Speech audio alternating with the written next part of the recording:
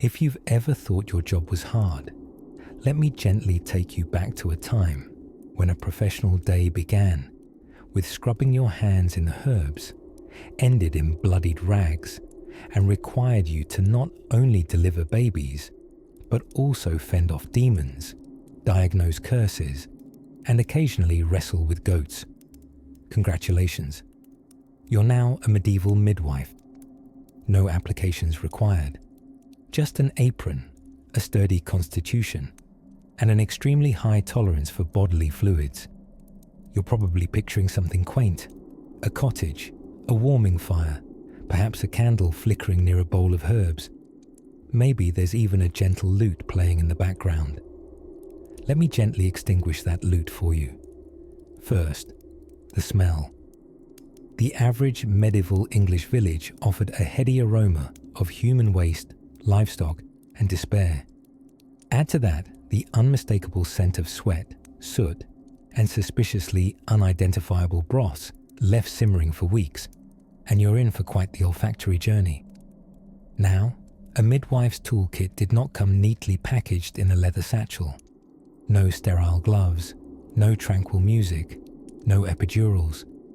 Instead, your instruments included your hands, some linen strips, a razor-sharp knife, honey or mouldy bread, for wounds, not snacking, a pair of grimy scissors, a holy relic or two, and, if you were lucky, a serving of blessed salt, yes, salt, for keeping evil spirits out of open wounds, or open wombs, or both. Training, not for at least another century or 6.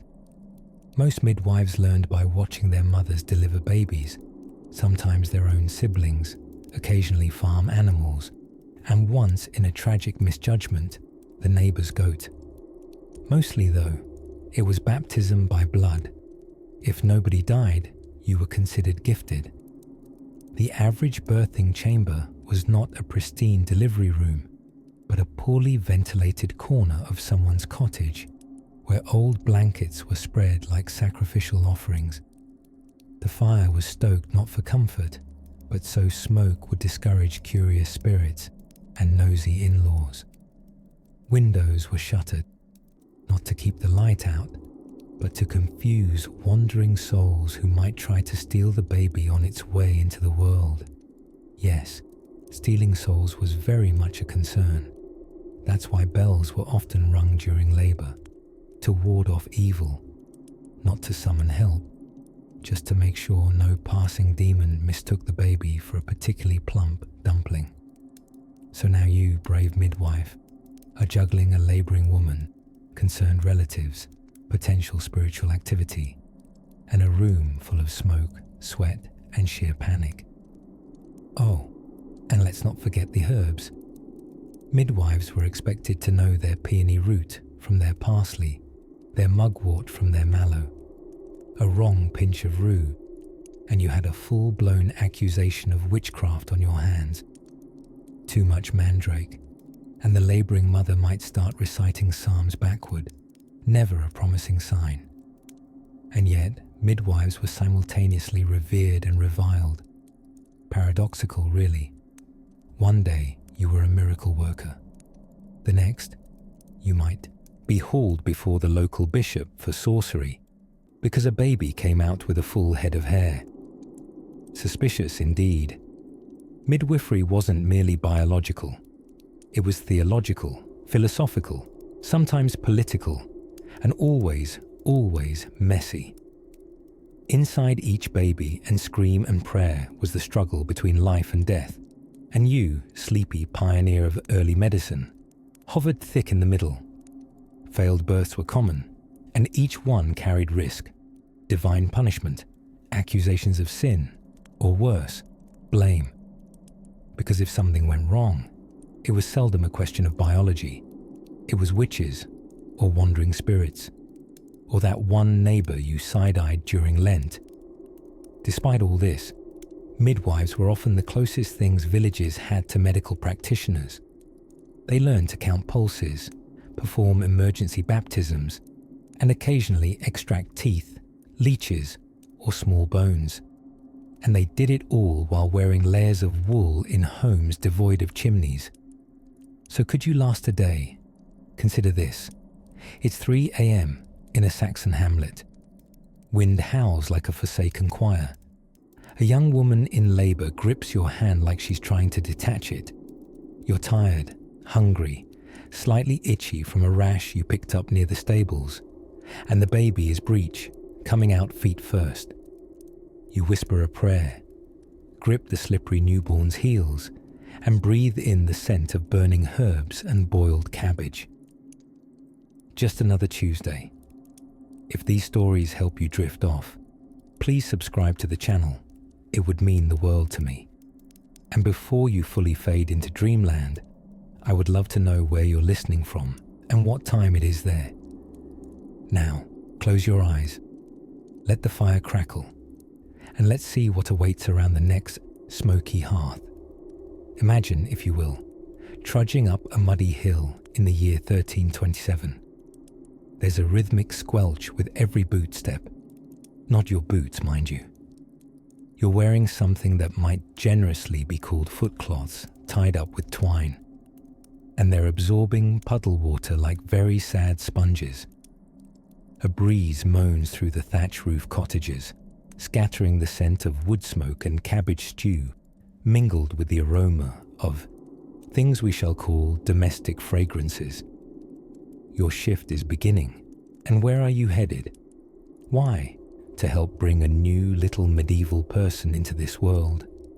But before we get into the business of birth canals and boiling linens, let's talk about how you got into this line of work in the first place. Spoiler alert, there were no job fairs. No one handed you a brochure that said midwifery, the glamour, the grit, the gruel. You were likely chosen, informally, because you'd helped a cousin deliver a baby once, and miraculously everyone survived. Or you were simply the woman in the village who'd been alive the longest and had screaming infants handed to her often enough to be called an expert. Formal medical training. That was for monks, and mostly consisted of reading Latin translations of Galen while bleeding a goat. You, gentle midwife, had your training doled out in whispers over herbal teas from older women who taught you where to rub the rosemary and how to check if a labouring mother was truly in labour or just angry at her husband. You walk into the timber-framed cottage, ducking beneath a sagging door beam. Inside, a chaos of mother, aunties, children shooed to corners, a fire big enough to toast a boar, and a wooden bed frame covered in rough-spun blankets. The mother-to-be is lying there, sweating and possibly cursing in Middle English, which, let's be honest, sounds kind of poetic even when she's telling everyone to get out. You nod with experience that you actually don't quite feel. The baby may come in an hour or in 3 days. You've known it to go either way. You produce your tools, a knife for cutting the cord, a leather strap for tying it, and a length of wool soaked in vinegar and herbs, which has precisely the same efficacy as one of Grandma's healing stones, but at least it smells nice. Cleanliness. Let's just say your hands are cleaner than your feet, but not by modern definition. Soap exists, yes, but you're working with tallow and ashes, not luxury lavender hand wash. Your prayers, meanwhile, are doing most of the heavy lifting. Because let's face it, mortality during childbirth is less a risk and more a looming guest you never invited, but who often shows up anyway. You murmur a charm under your breath, likely a mix of Christian invocation and some pocket-sized paganism, passed down from generations who knew better than to put all their faith in just one kind of miracle. The mother groans. Everyone looks to you. You encourage her like a seasoned coach at the medieval birthing Olympics. Breathe, you say, though no one's exactly studied Lamar's techniques.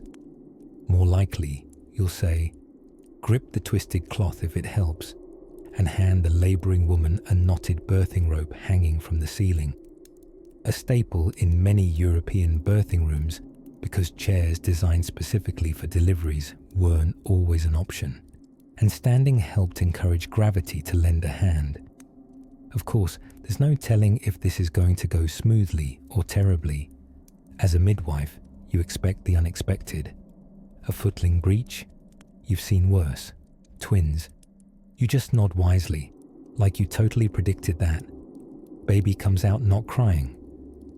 You swing into gentle yet assertive action, rubbing, patting, maybe even a quick prayer that sounds like it's half folklore, half desperate optimism.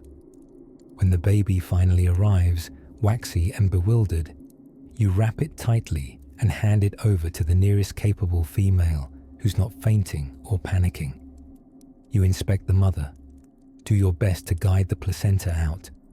Yes, you really don't get to clock out until every part of the birthing process has made its complete exit. And then you finally breathe. But remember, your job's not done. You'll sit by the fire, boiling cloths in a cauldron, checking for signs of fever, and muttering diagnostics like, "Her colour's gone to milk, fetch me yarrow."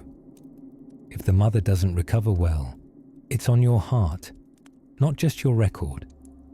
People trust you, but they also fear you a little. You deal in life and blood and pain and mystery. You know how to turn a breech birth and when to call for the priest. If a baby dies, or lives with a birthmark in the wrong place, your name might end up whispered at night as something less flattering than wise woman.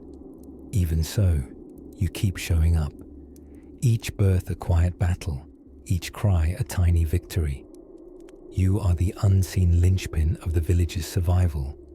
And yet, when evening falls and your patient sleeps, no one sings songs about you, except maybe the infants who grow up strong, though they never remember your name. But for now, as shadows stretch and embers glow on the hearth, you've made it through another delivery.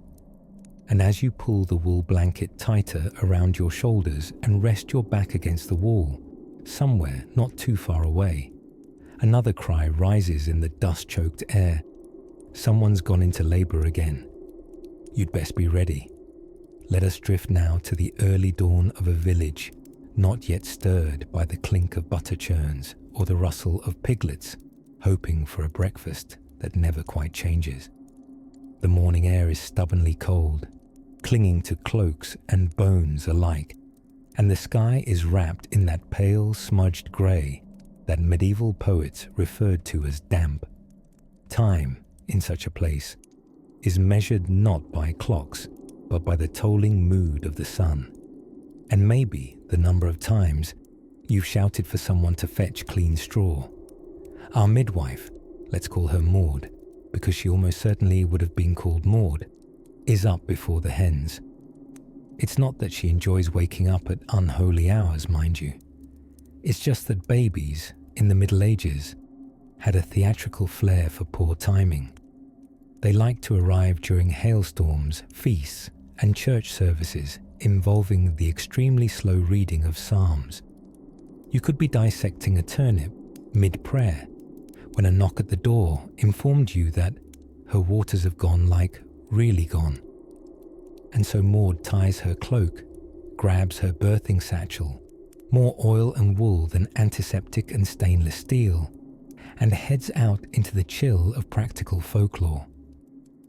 Midwives were pillars of the community, not in the manner of statues or commemorative plaques, but in the quiet, urgent way people lean on chairs they didn't know they needed until gravity failed them.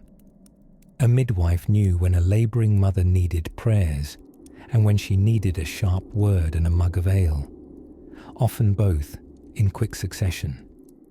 We must remember, of course, that medieval childbirth was more siege than celebration.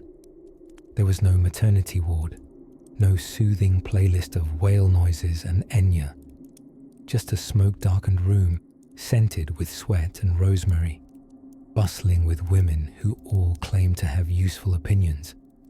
The birthing chamber, charmingly, was sometimes referred to as the gossip room, a name that describes both the level of chatter and the general medical strategy.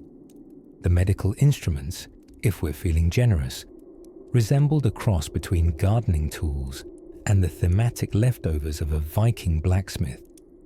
Forceps were a rare luxury, and anesthesia was replaced by breathing deeply and biting something sacrificially sturdy. A wooden spoon, perhaps, sometimes your own knuckle. Maud would begin by blessing the threshold of the room, ensuring no evil spirit slipped in with the birth pangs. It was customary to unlock every lock in the house, boxes, chests, doors. Anything locked might prevent the baby from opening up and arriving safely. Whether or not this made anatomical sense was beside the point. This was 1300s logic, where metaphors enjoyed full legal status. She might sprinkle holy water, tuck a relic under the pillow, or mutter a charm with the same tone one might use to scare away a raccoon. A labouring mother was offered warm beer, infused with herbs like mugwort, pennyroyal, or other plants that sound less like medications and more like the names of woodland creatures that crochet. These herbs were believed, incorrectly but passionately, to ease the birth. Let's pause here for a moment to appreciate how utterly exhausting Maud's day already is. And it's barely cockcrow. By the time the first contraction becomes the dreaded 13th, Maud has simultaneously managed pain, performed theology, instructed relatives on how to boil water without removing the kettle twice, and monitored the baby's arrival with the casual precision of someone guessing the time by how damp their ankles feel. Of course, things didn't always go smoothly. The wrong alignment, the wrong herbs, or simply the wrong luck could turn a hopeful birth into mourning. And when that happened, it was often the midwife who carried the sorrow, scrubbed the linens, and whispered the prayers. But even on the grimmest days, Maud stood firm, not because she was fearless, but because no one else dared to be braver. Outside the birthing room, the village blew smoke from its chimneys and woke reluctantly. A rooster announced things no one asked it to. Somewhere, a husband paced tight circles, alternating between hope, terror, and wondering if it was too late for a vow of celibacy. And Maud, our resolute midwife, with the wisdom of generations in her fingertips and hay stuck permanently in her hair, steadied herself, because this baby wasn't going to deliver itself. Soon, we'll wander further into her treacherous toolkit, the curious things she carried, why she wrapped string around a spoon, and what on earth a call really was. By the time you were summoned to your first midwifery task, let's say, somewhere in the more rhubarb-scented parts of 14th century Sussex, you'd already be sweating, not from fear, but from the 5 rotating layers of wool you were wearing, none of which had ever met anything that could be described as breathable. You've been up since cockcrow, and I do mean cockcrow, as that's when your host's rooster presumably forgot the concept of mercy. And by mid-morning, word arrives via a puffing, barefoot stable boy that Matilda Goodwife is heaving strongly and possibly crying for her grandmother. Matilda, naturally, is only 17, and this is her 4th child. It was a different world. You grab your birthing satchel, the same satchel that smells faintly of dried sage, candle wax, and academic anxiety. It contains your prized supplies, a length of linen bandage, a slender bone needle, a pewter oil vial with a personality of its own, and perhaps most critically, your notebook of potions and prayers, half of which are actual herbal helps, the other half products of your own creative embellishment. The raspberry leaf tea is real, The chant to the saint of northern windlessness is less so. But let's not quibble. You arrive at Matilda's cottage, appropriately gloomy with thatch, and stoop under the low lintel as one does, only to be greeted by a trio of older women sitting at the hearth, arms folded, wearing expressions that could curdle fresh cheese. These are the gossips, not malicious by nature, but the designated committee of female witnesses at medieval births, a kind of uterine jury. You nod respectfully and praise silently that none of them are Marjorie Flinch, whom you once mistakenly prescribed chamomile during a thunderstorm. Matilda is laid out on a woven bed, damp and bleary-eyed, grasping a crucifix in one hand and her mother's apron in the other. Her husband, naturally, is somewhere outside pretending to repair the roof. For the hearing, he says, and the mood in the room is thick with tension and lavender smoke. You wash your hands in a bowl of tepid water, which does exactly nothing, then murmur a Latin prayer that you mostly piece together from monkish eavesdropping. Then begins the waiting. The medieval midwife's true skill, it turns out, is her patience, and possibly her ability to not faint during what's about to happen.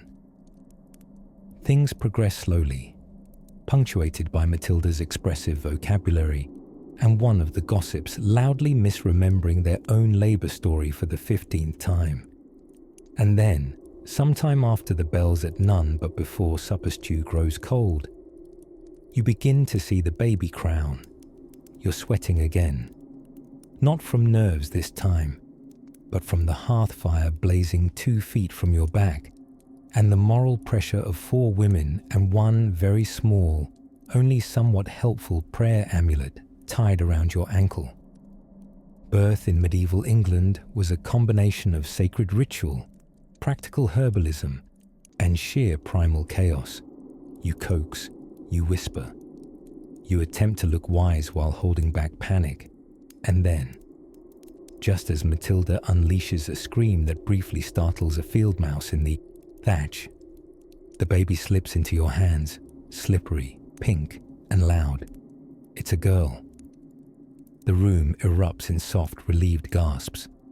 You swaddle the infant in cloth softened with lard and lavender water, the medieval answer to a postnatal spa day, and hand her to Matilda, who now seems torn between tears of joy and the sudden desire to sleep until Lent.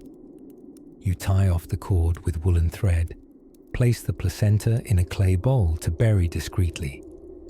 The old women believe it grows mushrooms if not properly handled, and sigh. The gossips murmur congratulations. One offers you a slab of coarse bread. Another, bafflingly, pulls out a piece of cheese from her sleeve with a triumphant flourish. You accept both. You've earned it. No one fainted. No one burst into flames. You even remembered the incantation for keeping away the malevolent spirits who were known, of course, to loiter at windows, waiting to sneak into newly born infants like spectral raccoons. It was a good day.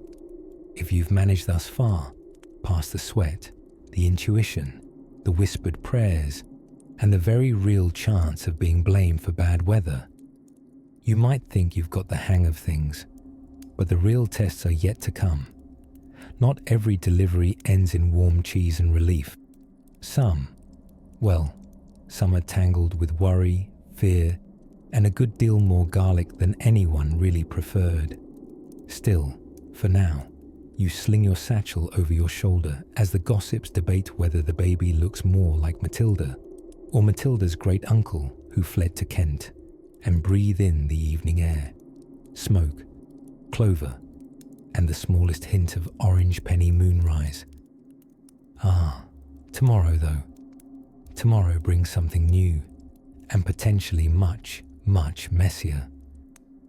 As you drift deeper into the flickering candlelit world of medieval midwifery, we find ourselves amid one of the more stressful moments in the birthing chamber, when the baby was late, or early, or sideways. Because you see, medieval people lived in constant consultation with the stars, the saints, and that one elderly neighbour who claimed she could smell pregnancies from across the market square. Scientific obstetrics wasn't a thing yet, but wild confidence absolutely was. And that brings us to one of the midwife's most mysterious tools. Not a potion, not a poultice, but a prayer. Let's say you're a midwife named Agnes. You've been summoned before dawn, which is the medieval equivalent of Nowish. A servant boy with mud on his balding head came running to your cottage with news. Mistress Elfrida's in travail. And because you're a professional, which in this case means you own a cleanish apron and don't faint at the sight of blood, you grab your birthing stool, your oil-stained prayer book, and a small pouch of something vaguely herbal, and off you go, swaying slightly on your feet, because you haven't slept since the feast of St. Mildred, and that was 3 days ago. Upon arrival, you're greeted by the unmistakable pre-epidural sounds of childbirth from behind a thick wooden door. The husband is pacing outside, inventing new synonyms for useless. His job is to stay out of the way and panic reassuringly. You nod, pass him with professional grace, and enter the makeshift birthing chamber, a room full of prayers and sweat. Cue the prayers. A good medieval midwife was expected to mutter, chant, or whisper a holy script into the ether while assisting. The church had strict rules about who got to handle sacred things, like baptisms or holy oils, but midwives had 1 foot in the sacred and 1 foot in the slippery. You were, in essence, the village's unsanctioned miracle worker. You couldn't hold mass, but a whispered Ave Maria in the right moment. That could, allegedly, persuade a stubborn baby to rotate. But it wasn't all divine whispers and moral encouragement. Let's talk about instruments. If you can call a carved wooden spoon wrapped in linen an instrument. Midwives had impressive ingenuity. Need to encourage the baby's entrance into the world. Why not employ a warmed bundle of rosemary under the birthing stool? Fancy a potion made from ground eagle stone and boiled ale. Don't worry, no eagles were harmed, probably. And while you, our dear Agnes, were trying to maintain a calm presence, advising the labouring mother to breathe slowly, well, as slowly as one can, while feeling as though one's hips are being politely torn apart, the community women were likely gathered around, offering unsolicited advice and aggressively knitting. This too was part of the midwife's role, managing the emotionally charged, mostly inaccurate wisdom of other people who had seen things. Not helpful things, just things. Sometimes delivery didn't proceed as planned. This is where real and rather astonishing bravery stepped in. There's an account from a 13th century handbook for midwives that instructs what to do if the baby doesn't come head first. And yes, if you're wincing already, you're right to do so. The instruction was, reach in and turn the baby yourself. No gloves, no ultrasound. Just you, your experience, and a profound sense of, well, here we go. To compound the stress, medieval Catholic theology had a rather high-stakes view of infant salvation. If a baby was born but died before it could be baptized, it might be denied heaven. So midwives were occasionally entrusted, not officially, but very emotionally, to perform emergency baptisms. Imagine holding a newborn who had just scolded its way into the world, whispering a hasty blessing, splashing water with trembling hands, and hoping the saints were not too fussy about proper Latin pronunciation that day. And when it was all over, when the mother had fallen into exhausted slumber, the baby was making fish-faced noises, and the neighbours had finally gone back to their unwashed lentils, you, dear medieval midwife, would clean and prepare the afterbirth for burial. Yes, that was your job too. The placenta, a word that now comes with white coats and medical diagrams, was once believed to hold magical properties. It could be buried under the threshold for protection, tossed into a river to ensure fertility, or dried into powder for later medicinal use, like pepper, but deeply unsettling. Then you'd pack your tools, murmur a final prayer, and exit quietly, like a shadow wearing clogs. No fanfare, no gold coins. Maybe some leftover bread if you were lucky. And if you were very lucky, a seat by the fire and enough time to close your eyes before the next pounding on the door. But don't close your eyes just yet. There's still more to learn about the long, sleepless art of medieval caregiving, where healing was part science, part rumor, and a whole lot of luck. Your first lesson as a medieval midwife in training begins not with anatomy or herbal lore, but footwear, soft leather clogs if you can find them. More often, it's wooden patterns strapped under your soles to keep your delicate feet out of the equally delicate soup that is 14th century street mud. Because before you even enter a cottage to deliver a baby, you'll brave a gauntlet of goats, open drains, and an enthusiastic population of geese who neither respect your authority nor care for your midwifery credentials. But let's suppose you've survived the poultry. You smell slightly of rosemary and very strongly of survival. You are ushered into the dim, clay-scented warmth of a peasant's home, where the expectant mother, sweating, swearing, and clenching her teeth, is surrounded by the female relatives of her entire bloodline, half of whom are not entirely sure you know what you're doing. No pressure.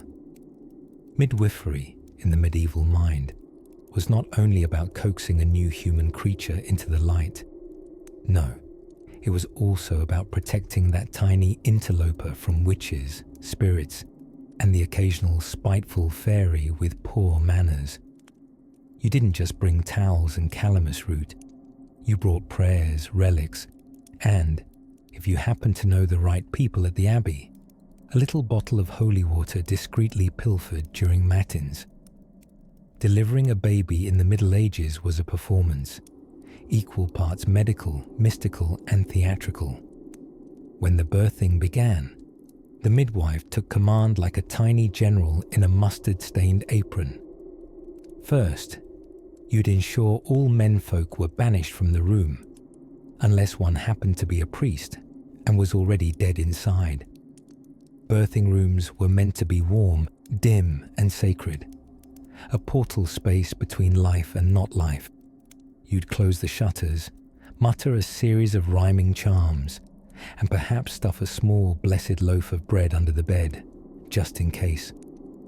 Then came the waiting, and the pacing, and the boiling of water, not strictly necessary, but a useful deterrent to the over-involved mother-in-law.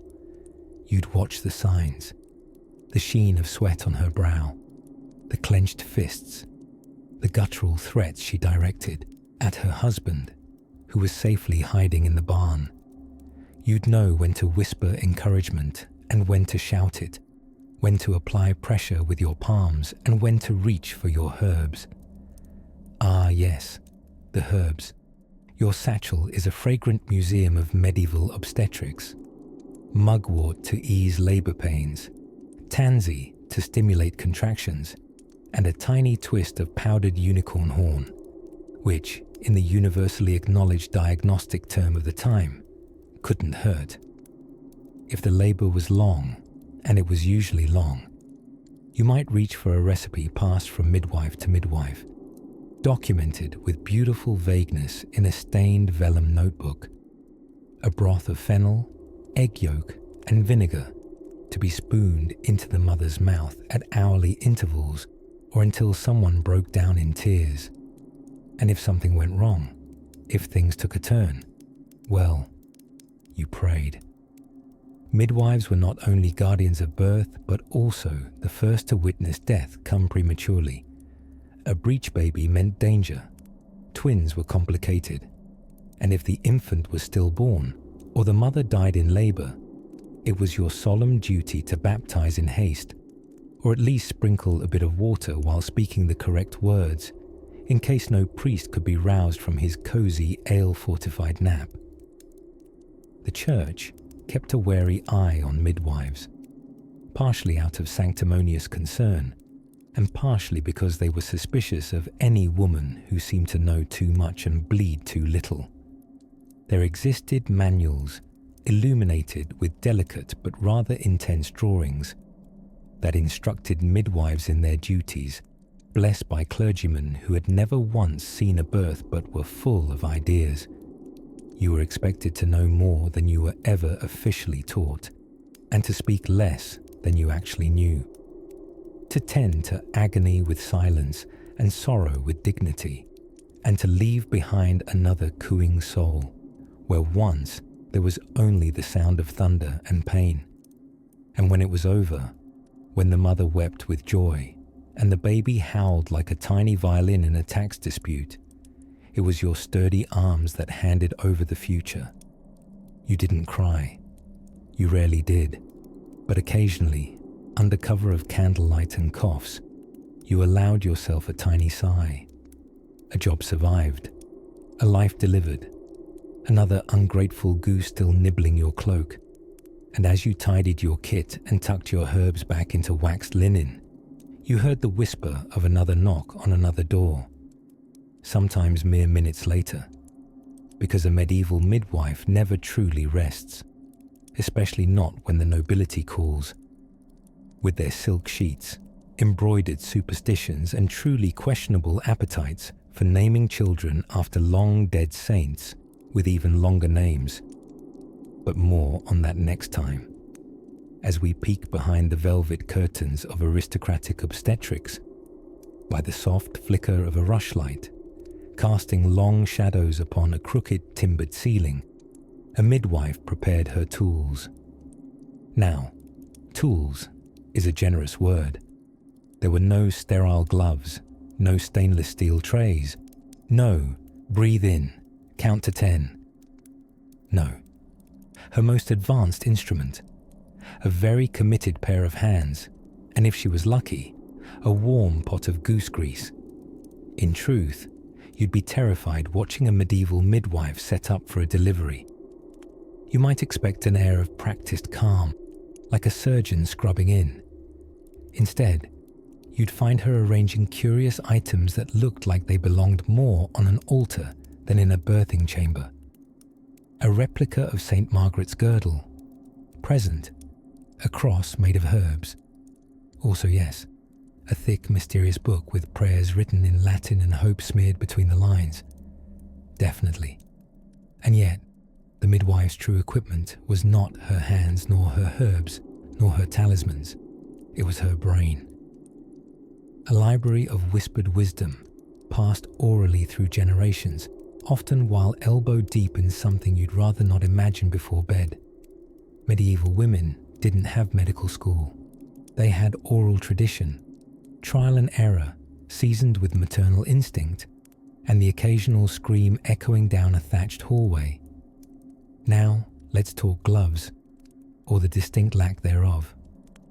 In the Middle Ages, the concept of germs was about 700 years away from being a dinner conversation ruiner. Sterility was entirely accidental. After all, who needed a surgical mask when you had prayers and rosemary draped round your neck? Interestingly, rosemary was believed to purify the air and ward off illness, largely because it smelled better than childbirth. The birthing room wasn't a room per se. It was usually a dim corner of a peasant's cottage, or in wealthier homes, a chamber hastily cleared of furniture by nervous men banished from the proceedings. The air, thick with the scent of tallow candles, warming herbs, and whatever fevered hopes accompanied the mother's 9th hour. Linen was stretched across windows to shield prying spirits, evil or nosy, who can say, and to create what they considered a sanctified cocoon. Privacy, of course, was relative. The mother could be surrounded by sisters, cousins, neighbors, and the village dog if he wasn't shooed out fast enough. As for sanitation, medieval midwives did their best, which admittedly isn't saying much by modern standards. They washed their hands, sometimes in warm wine, sometimes in herbal infusions, and occasionally not at all if things were happening too quickly. Some used vinegar-soaked cloths to clean tools, which sounds sort of acceptable until you realize the cloths themselves were usually reused, unwashed, and had seen more births than midwives cared to count. Of course, nothing screams you wouldn't last a day like medieval plumbing, or lack thereof. Buckets were the height of sanitation. Placed near the birthing bed, they waited patiently, grimly, to be filled with what must never be described in detail in a bedtime tale. Suffice to say, a medieval birth was less about pastel sheets and wail music, and more about grit, groans, and the practical acoustics of wooden walls. Now, let us consider the midwife's record-keeping system, which consisted entirely of not remembering the time and being fine with it. There were no charts, no APGAR scores. There were anecdotes, grainy, hand-me-down stories of the one time little Beatrix came out quicker than a hiccup, or Agnes from the mill who laboured for a whole day beneath a full moon and named her son after St. Swithin because of it. Despite the chaos, from the barking of the neighbour's mangy hound to the haunting wails of an inexperienced apprentice fainting at the worst possible moment, the midwife stood firm, or more often, crouched awkwardly in positions that would give modern chiropractors night sweats. She might murmur charms, she might chant, she might pull, breathe, push, pray, and ultimately, she might just catch a new life in hands that had caught dozens before, and would catch dozens more. And should all go well, the baby would be swaddled like a small, judgmental log, placed gently on a bed of warming stones or near the fire, and the mother offered a bracing sip of ale, now partially medicinal, partially celebratory, largely exhausted.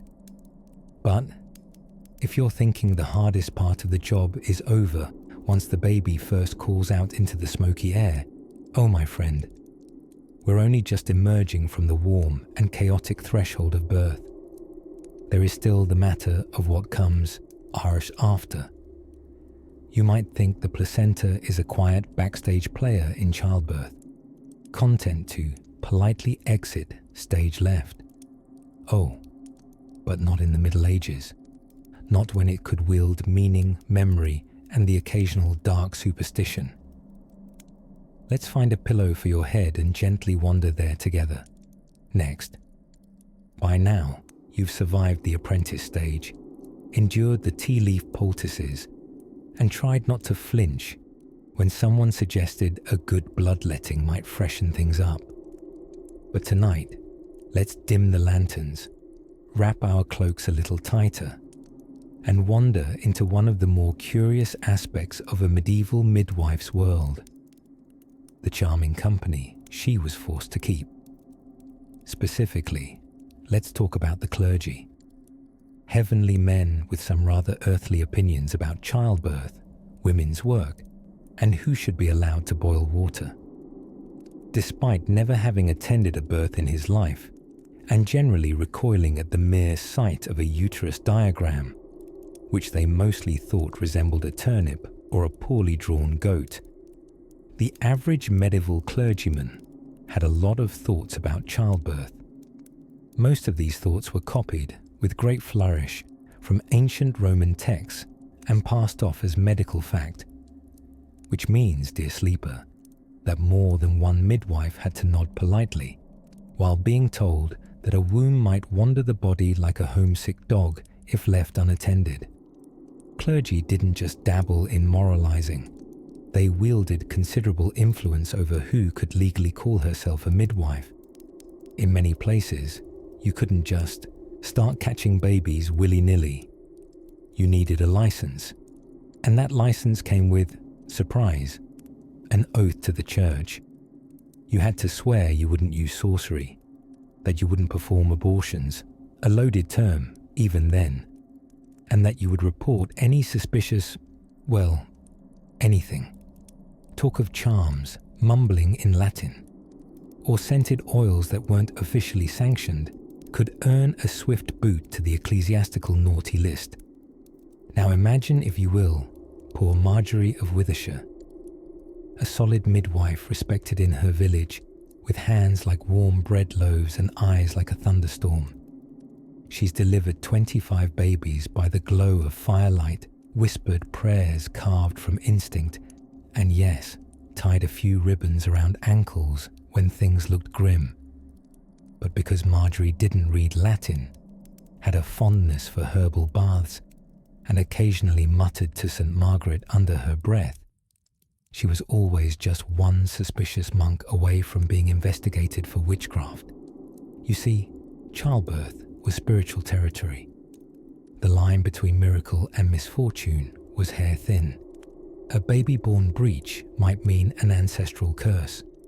A mother who bled too long might be under satanic influence.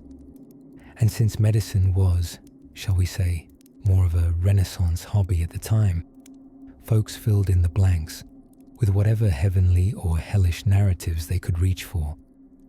Midwives found themselves squarely in the middle of it, living paradoxes, vital yet suspect, praised one minute, accused the next.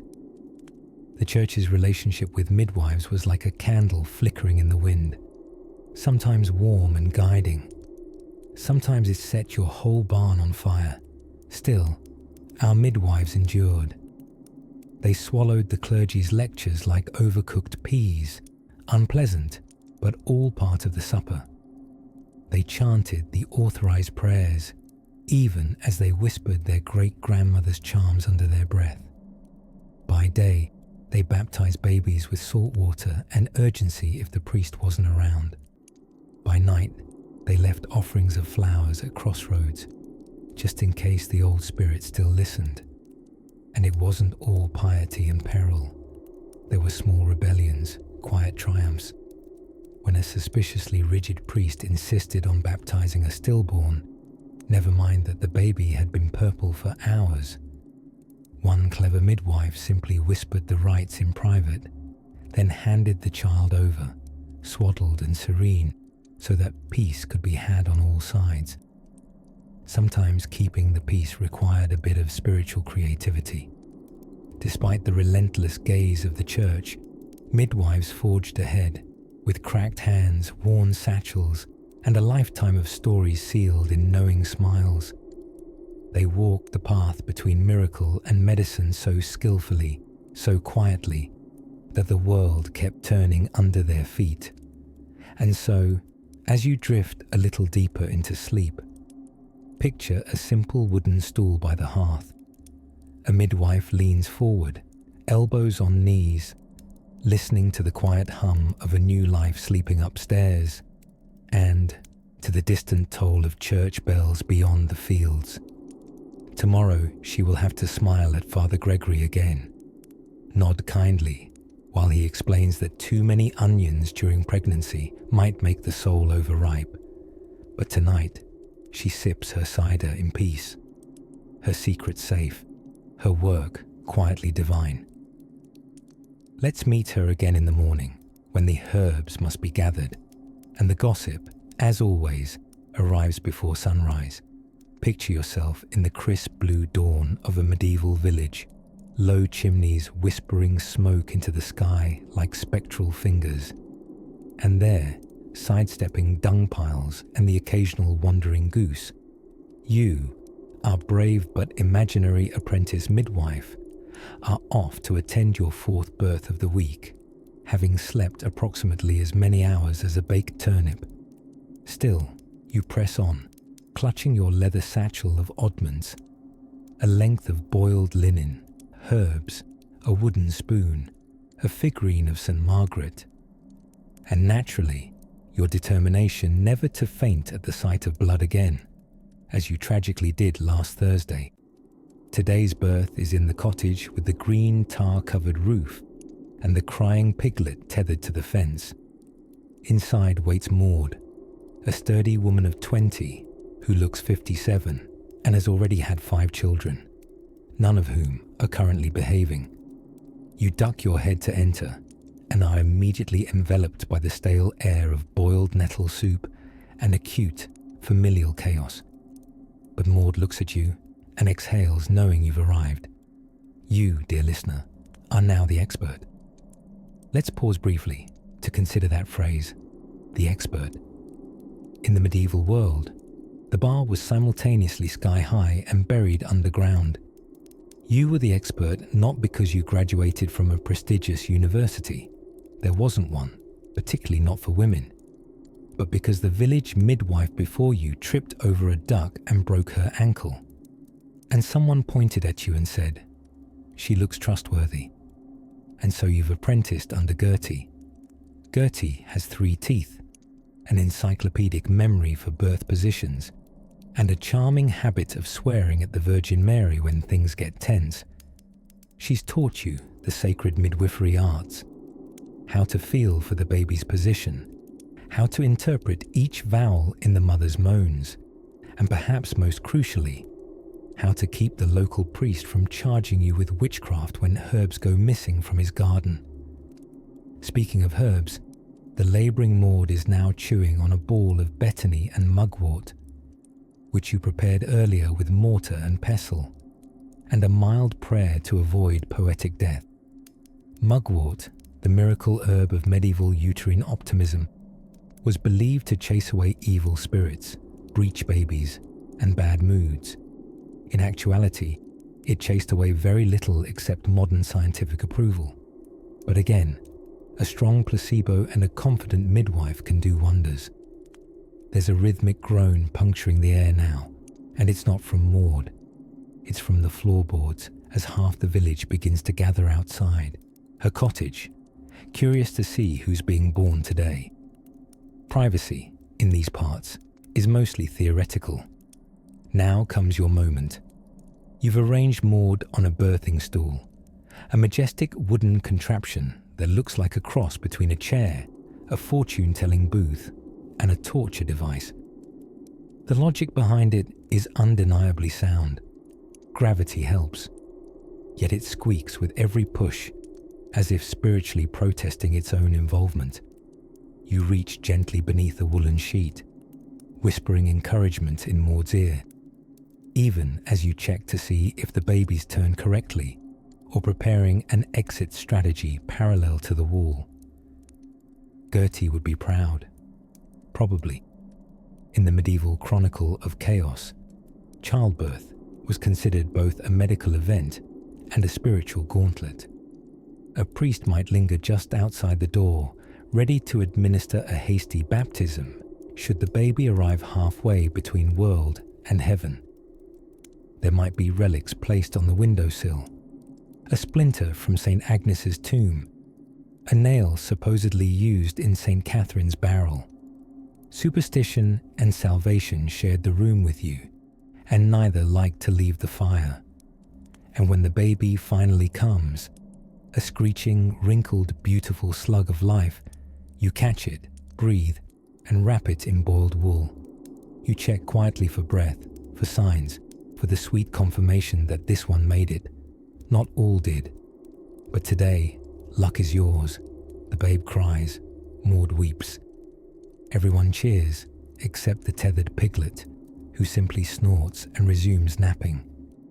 You hand the baby to Maud, pause to wash your hands in a wooden bowl of rainwater and lavender, and take a moment to whisper a soft prayer of thanks to whichever saint is listening today. Margaret, maybe, or Gertie. Outside, the village chatter picks up. Life, once again, has persevered. You gather your things, tuck St. Margaret into her pouch, and step into the light of day, blinking against the sun and whatever's next.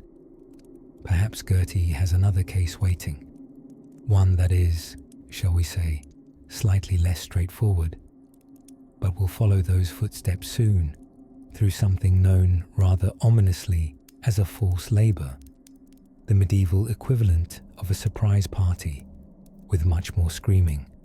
At dawn, when the church bells sent their solemn echoes across the village fields, the medieval midwife was already up, and not thanks to excitement or a sunrise yoga routine.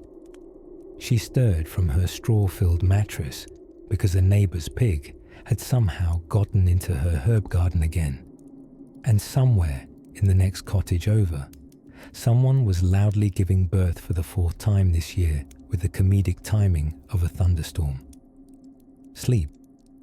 That was a quaint indulgence, like bathing twice a month or owning more than one spoon.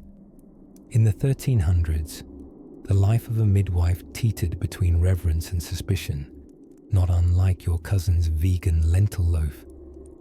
Midwives were respected for their mysterious mastery over the birthing process, but also eyed warily for that exact same reason. After all, it was unnervingly effective to have a woman in the village who knew which plants could bring life into the world, and which ones could cancel subscriptions. But back to the dawn. Our poor midwife, who we may fondly imagine as named Maud, because all solid 14th century women were hiding behind a name like Maud, slipped into her coarse homespun gown, lit a tallow candle, and packed her woven satchel. Inside, swaddling cloths, a carved wooden spoon for stirring infusions or defending herself from dogs, and a selection of pungent herbs that could either assist labour or guarantee you'd spend the next 8 hours lying down dreaming of frogs. Multitasking. There was no such thing as a sterile environment in a medieval birth chamber.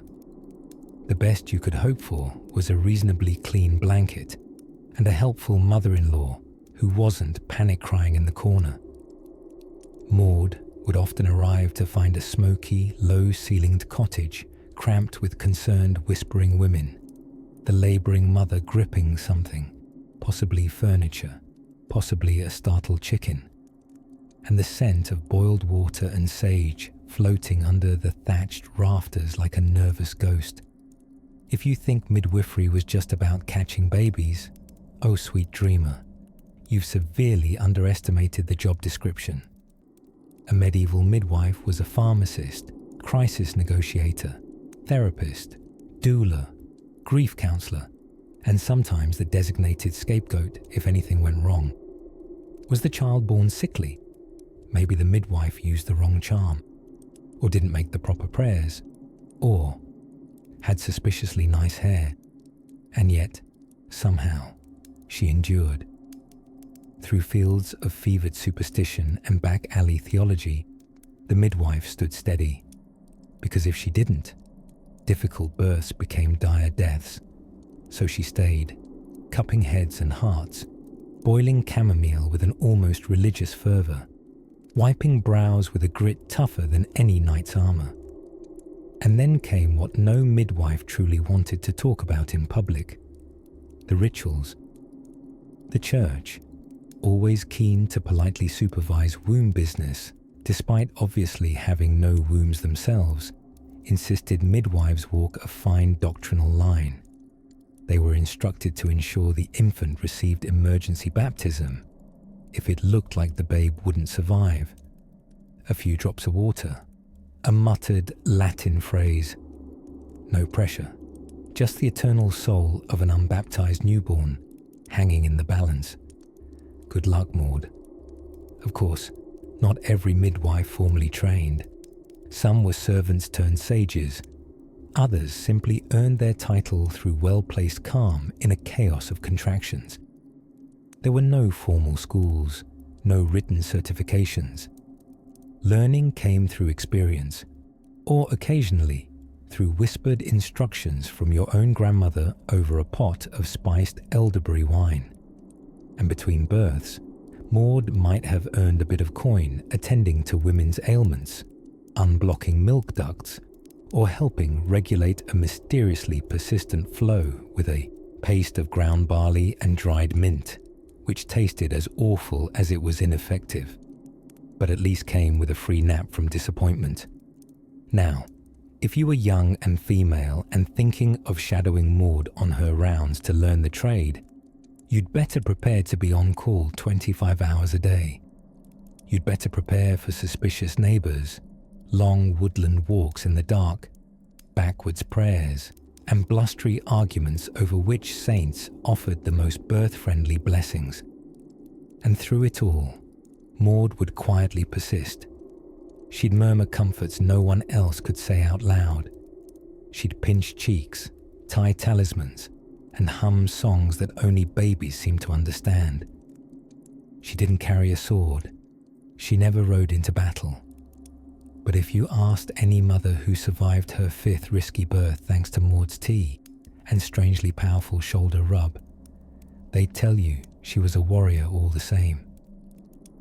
Tonight, Maud rewraps her herbs with care, gazes out the window at the flickering lanterns across her sleeping village, and waits for the next knock on her door. And somewhere, just beyond the treetops, a strange humming begins, a tune caught on the wind, the kind of tune sung only by those who know the secret language of herbs, pain, and first breaths. And it leads us gently forward, into something older than medicine, and just as misunderstood. The air in a medieval birthing chamber wasn't what you'd call refreshing. It was more of an aromatic collage, 1 part beeswax candles melting too close to homespun drapery, 1 part decades-old smoke soaked into timber beams, and a generous helping of various earthy emissions. Yet for the midwife, this was the sacred scent of vocation, or, at the very least, Tuesday. By dawn's pinkish creep across the thatched rooftops, the midwife might already be elbow-deep in her day. Literally, assisting birth before breakfast was not uncommon, and she often arrived with a basket full of cloths, hardened bread, and concoctions with names like Mother's Root Elixir or Blessed Saint Hildegard's very slightly poisonous tonic.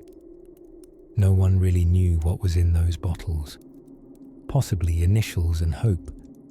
Birth in the medieval age was not a solitary endeavour. The whole room conspired to summon life. There would be the mother groaning on her birthing stool, a magnificent 3-legged invention that looked like it lost a fight with gravity. Wise women on standby whispering womb-related advice gleaned from dreams and parsnips, and perhaps even a local priest loitering at the doorway, just in case a rapid baptism became a sudden necessity. After all, heaven had an open-door policy, but only for the properly sprinkled. The birthing stool, by the way, was considered a marvel of supportive architecture, until you realized it had a strategically placed hole for, well, logistics. It enabled the midwife to kneel beneath to receive the incoming babe, like an overqualified catcher in a harrowing and very damp game of medieval baseball. Midwives knew things that others didn't. They observed the undramatic truths of human physiology in a time when science was still mostly speculative Latin. They learned with their hands, diagnosing a breech position by feel alone, identifying twins when not even the mother suspected a double booking. They were as intuitive as they were practical. If there was a problem, they didn't retreat into panic.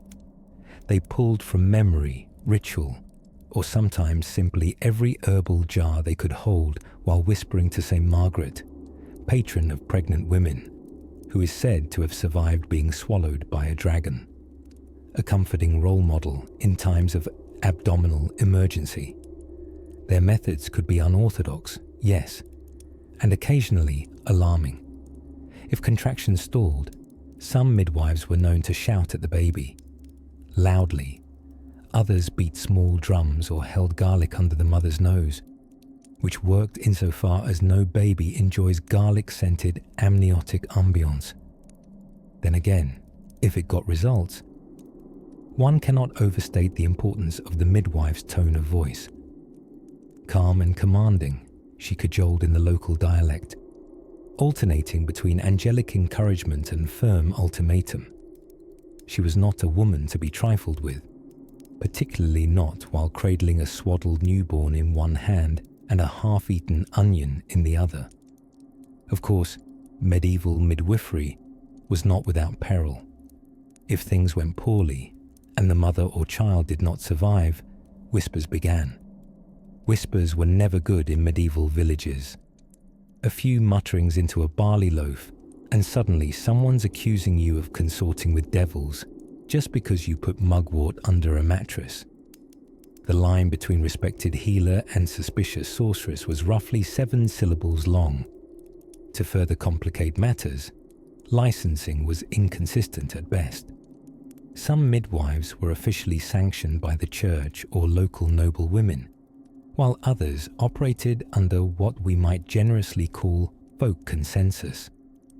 The training was as decentralized as the plumbing. A promising apprentice might learn from a seasoned midwife over years of hushed observation and spilled tinctures. No degrees, no written exams, just memorized symptoms, honed instincts, and an unwavering ability to not faint at the worst imaginable moment. Sleep deprivation was standard. A cry in the night, a knock on the shutter, and our midwife would rise from her straw mattress wrapped in a cloak that still smelled faintly of goose. There was no such thing as off-call, because babies, as it turns out, don't respect office hours. And yet, she kept at it, for coins occasionally, but more often for bread, dried fish, and the enduring trust of her community. Her legacy wasn't written in ink or etched in stone, but in warm bundles passed from arms to arms, and in grateful mothers who learned to smile again after the storm. Somewhere, the day was beginning. Bread was rising in hearths, cows mumbling their discontent, and the village, rooster, fashionably late, let out a dramatic crow. But our midwife, for the moment, sank into the worn wood of a stool, eyes closing just long enough to dream of warm porridge and a morning nap that, for once, might be uninterrupted. Of course, that calm was short-lived, because just 2 cottages away, someone else had started screaming. But that's a tale for another moment.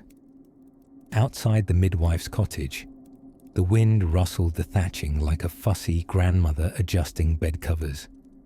Inside, by the faint flicker of a beeswax candle, which was mostly saved for births because beeswax wasn't cheap, but someone had sat on the tallow ones. The tools of the trade rested in their suspiciously stained glory.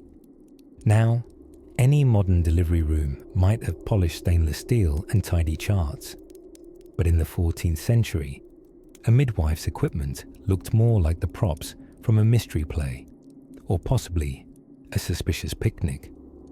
Hooks, cloths, feathers, and a generous ladle of hope. Let's take a moment to appreciate the feather, not for writing. Oh no, this was for tickling the nose. If the baby seemed stuck, sneeze it out. A little kerchew might be just what nature ordered. This was not science in the modern sense, more of a communal shrug in Latin. But, once in a while, it worked. Then, there was the butter. Yes, actual butter. Not for toast, for lubrication. Because when your only alternative is olive oil imported from somewhere 1,000 miles away on a donkey named Ranulph, you make do with dairy. Warmed ever so slightly and applied with prayer and 3 Hail Marys, butter was part of the fragrant, slippery, slightly alarming birthing ritual. And let's not forget the birth girdle. Now, if you're picturing a medieval Spanx, I gently invite you to think again. The birth girdle was a long, blessed parchment, sometimes adorned with saints and Latin incantations, wrapped around the birthing mother's belly. Less maternity wear, more wearable prayer scroll. The hope was that divine favor would hold everything together better than medieval medicine could. And given the circumstances, that's not nothing. Midwives also carried a very specific kind of knowledge, the sort that seeped between generations, passed on not in universities, but in kitchens. Old Agnes might teach young Margaret how to check a mother's pulse, not with a watch. They didn't have them. But by putting her hand on the woman's chest and muttering, "Still ticking."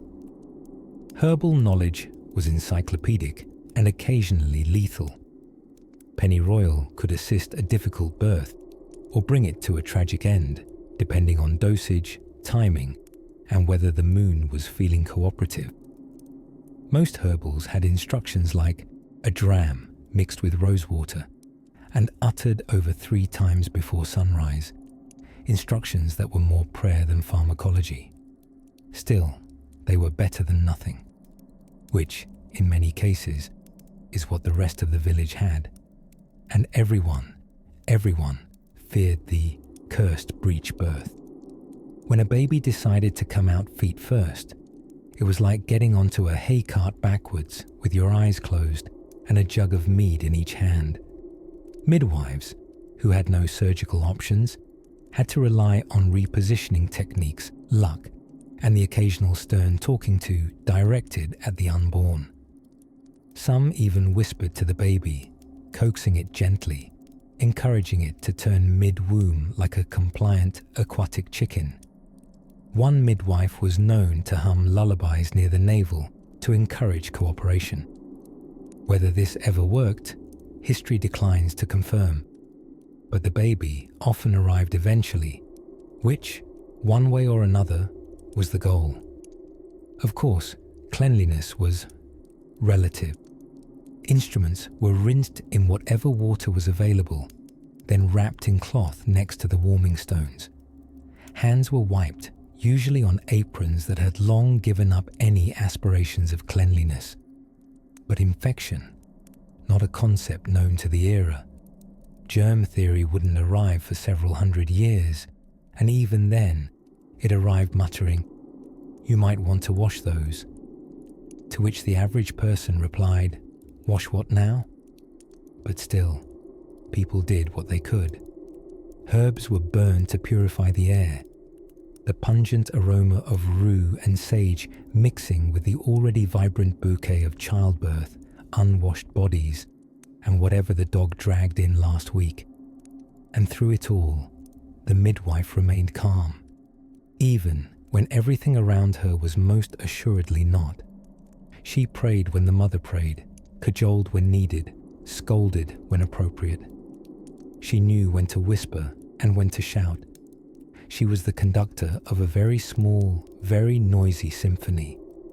And when the baby cried, and the mother didn't, she would kneel beside the sweat-drenched bed and be the first one to grieve, quietly, out of sight. Because there were always risks, always.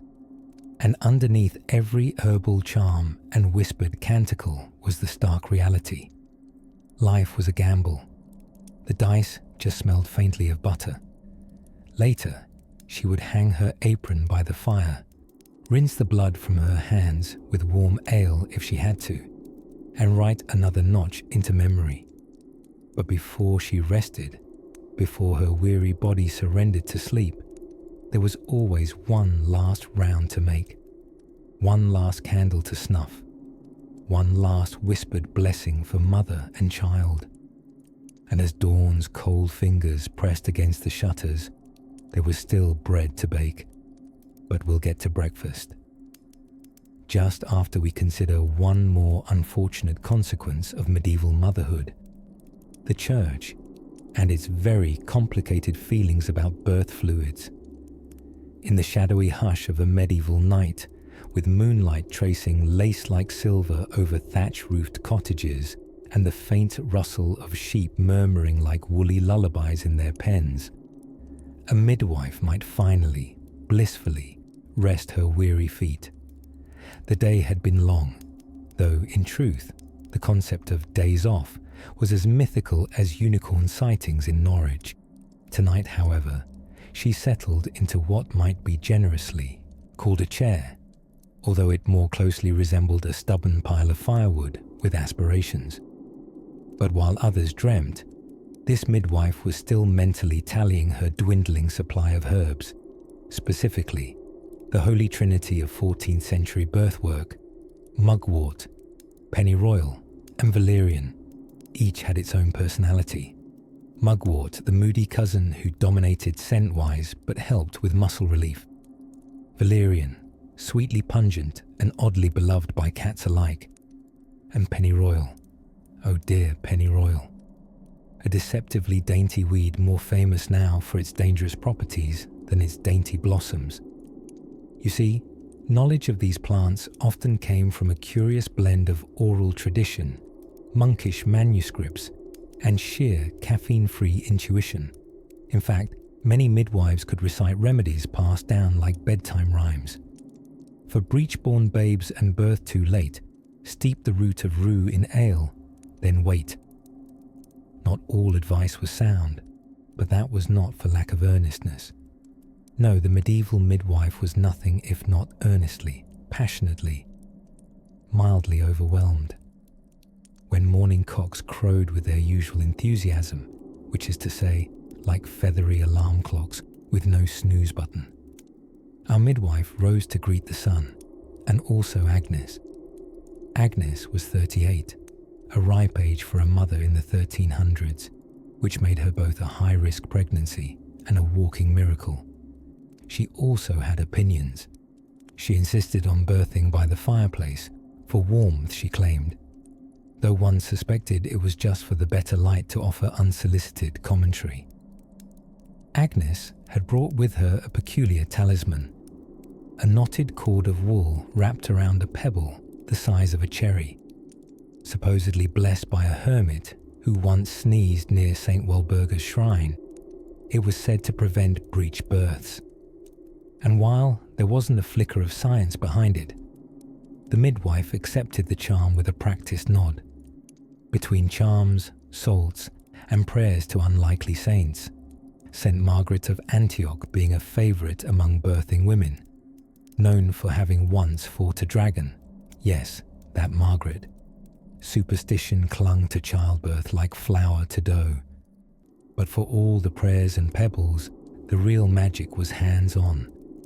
The midwife knew the signs of progress, the rhythm of breath, the sharpening of pain, the way a labouring woman would sink into herself as if drawing power from some private depth. She would murmur the words of encouragement, Tiem, which back then included phrases like, God calls thee onward, and bite on this stick, not thy husband. Agnes, predictably, took none of this lying down, literally. She insisted on squatting, which, oddly enough, was often the better choice for gravity-loving births. The birthing stool, with its U-shaped void and legs sturdier than most feudal alliances, was wheeled in. And by wheeled, we mean scooted unceremoniously across a dirt floor by a very creatively angled elbow. By twilight, amid the scent of sage, smoke, and slightly singed broth, someone always thought labour was an ideal time to experiment with stew. The baby arrived, pink and wailing, like a furious raisin with lungs. The ritual after was one of measured care, wiping, swaddling, inspecting for number of toes. The ideal was 10, of course. Then announcing the baby's gender with the solemnity of a town crier reading tax changes.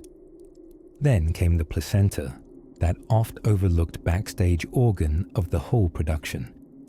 The midwife examined it with the critical eye of someone checking for cracks in a bread crust. Not that anyone really knew what could go wrong, only that things left inside usually ended poorly. A swift burial followed, sometimes beneath the hearthstone, depending on family superstition, or how recently a dog had been spotted scavenging. As the new mother blissfully nodded off, The midwife cleaned her hands in a bowl of warmed wine, a luxury and also mildly antiseptic. Her work was not done, but it was, for a moment, paused. Another child safely born, another household spared heartache, another long walk through moonlit fields back to her cottage and her collection of herbs that may or may not be running dangerously low. Tomorrow, perhaps, would require more valerian and fewer husbands trying to faint during labour.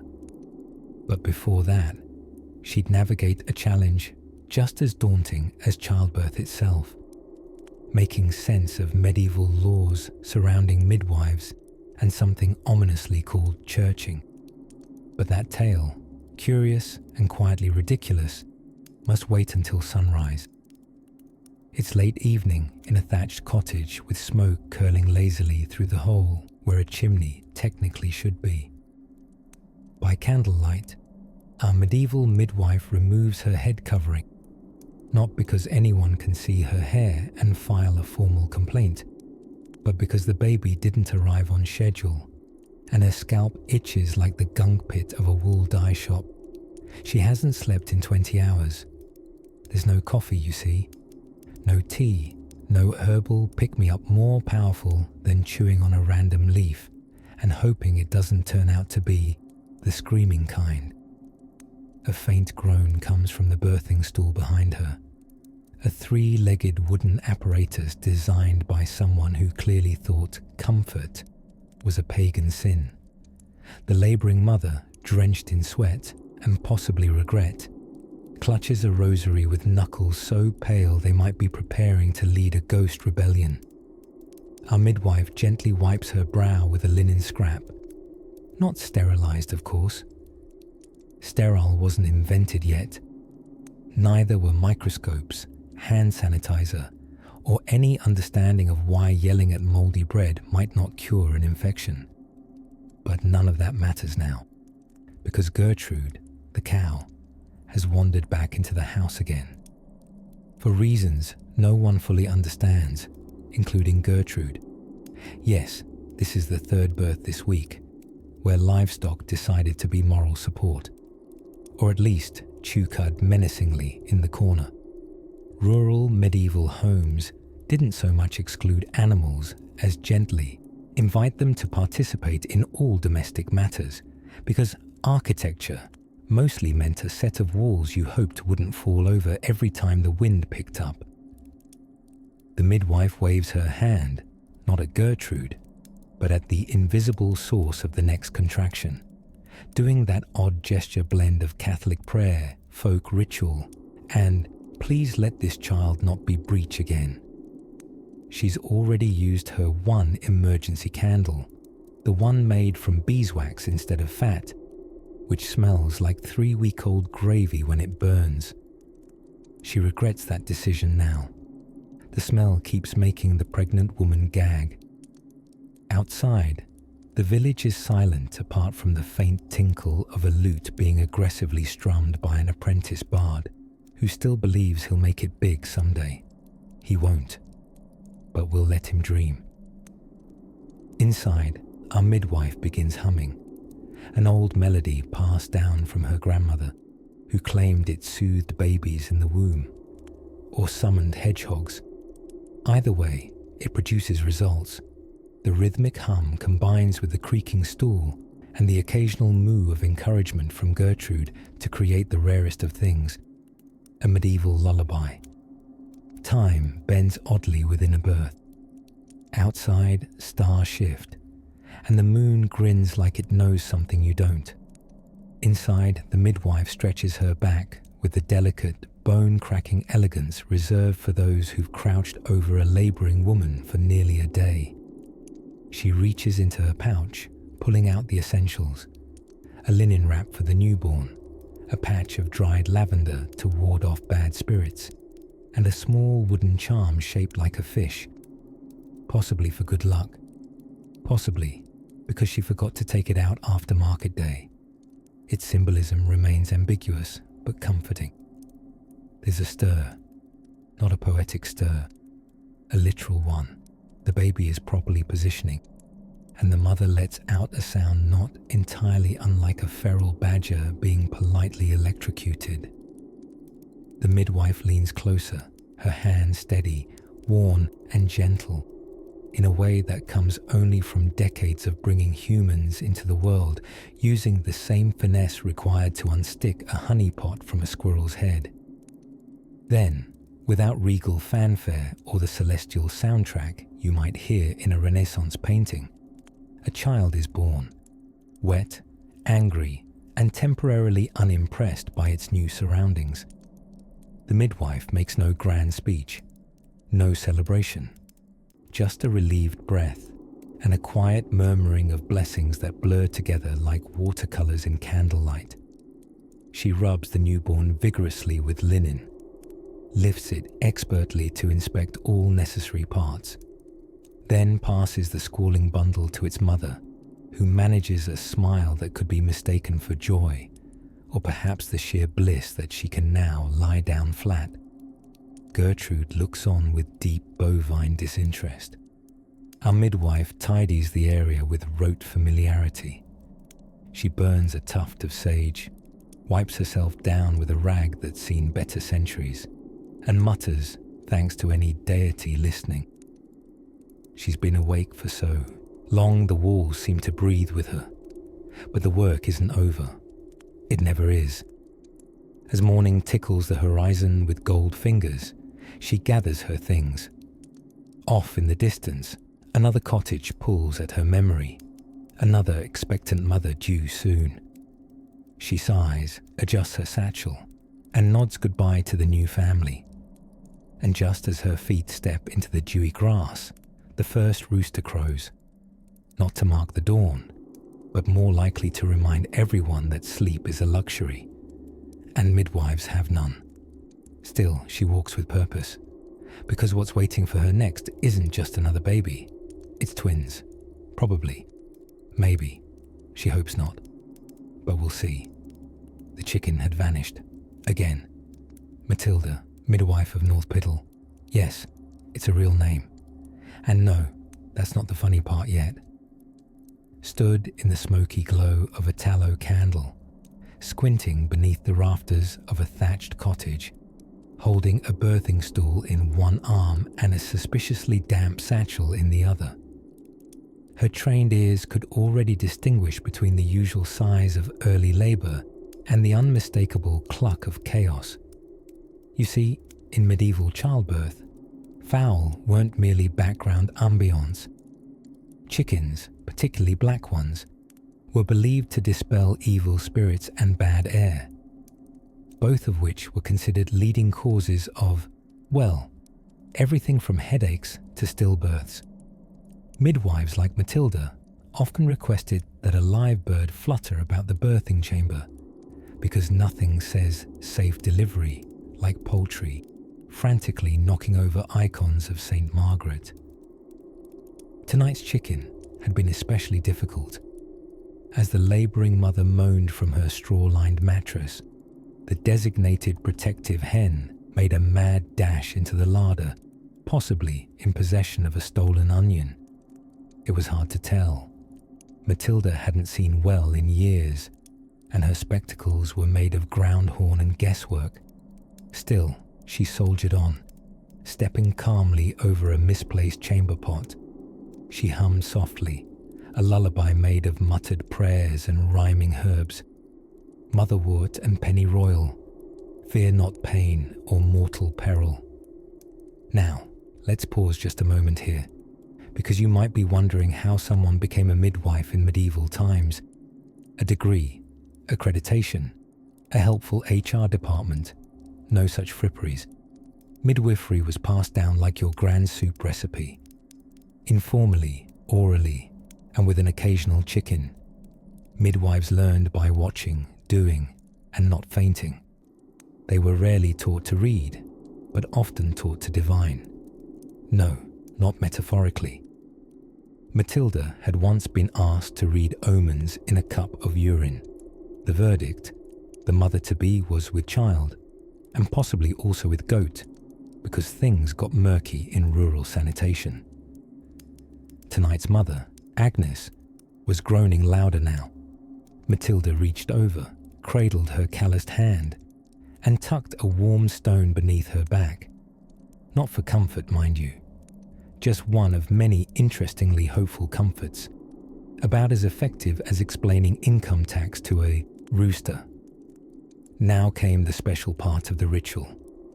With her other hand, Matilda opened the birthing satchel, a leather pouch that smelled of rosemary, lard, and the ghosts of deliveries past. From it, she removed her tools, swaddling cloths boiled cleaner than the family dishes, a curved knife for emergency situations, preferably not used, and a poppy pod for good measure. Tonight, the baby was taking its spirited time, as most did. First children often do. Matilda encouraged Agnes to rise slightly, using the birthing stool instead of lying fully flat, a practice that was actually more scientific than anyone realized. Upright birthing allowed gravity to assist, but of course, the midwives would have told you it was the moon's alignment with the blessed saint's cloak. The fire crackled on, casting long shadows. The room smelled of sweat, damp wool, and the faint salty tang of dried fish hanging by the window. Outside, an owl hooted its disinterest. Then came a contraction that changed the room. Agnes clenched her jaw, her back stiffening, and Matilda's practiced hands swept into motion. The baby was coming. No need for shouting, no panic, no dramatic music cue. Just the quiet competence of a woman who had done this 37.5 times. An explanation due to a complicated stillbirth involving twins, but only one actually emerged. The other's presence merely inferred by ominous thumps and a disturbingly prophetic cat. The child emerged slippery and squalling, arms waving like a drunk jester at a May Day festival.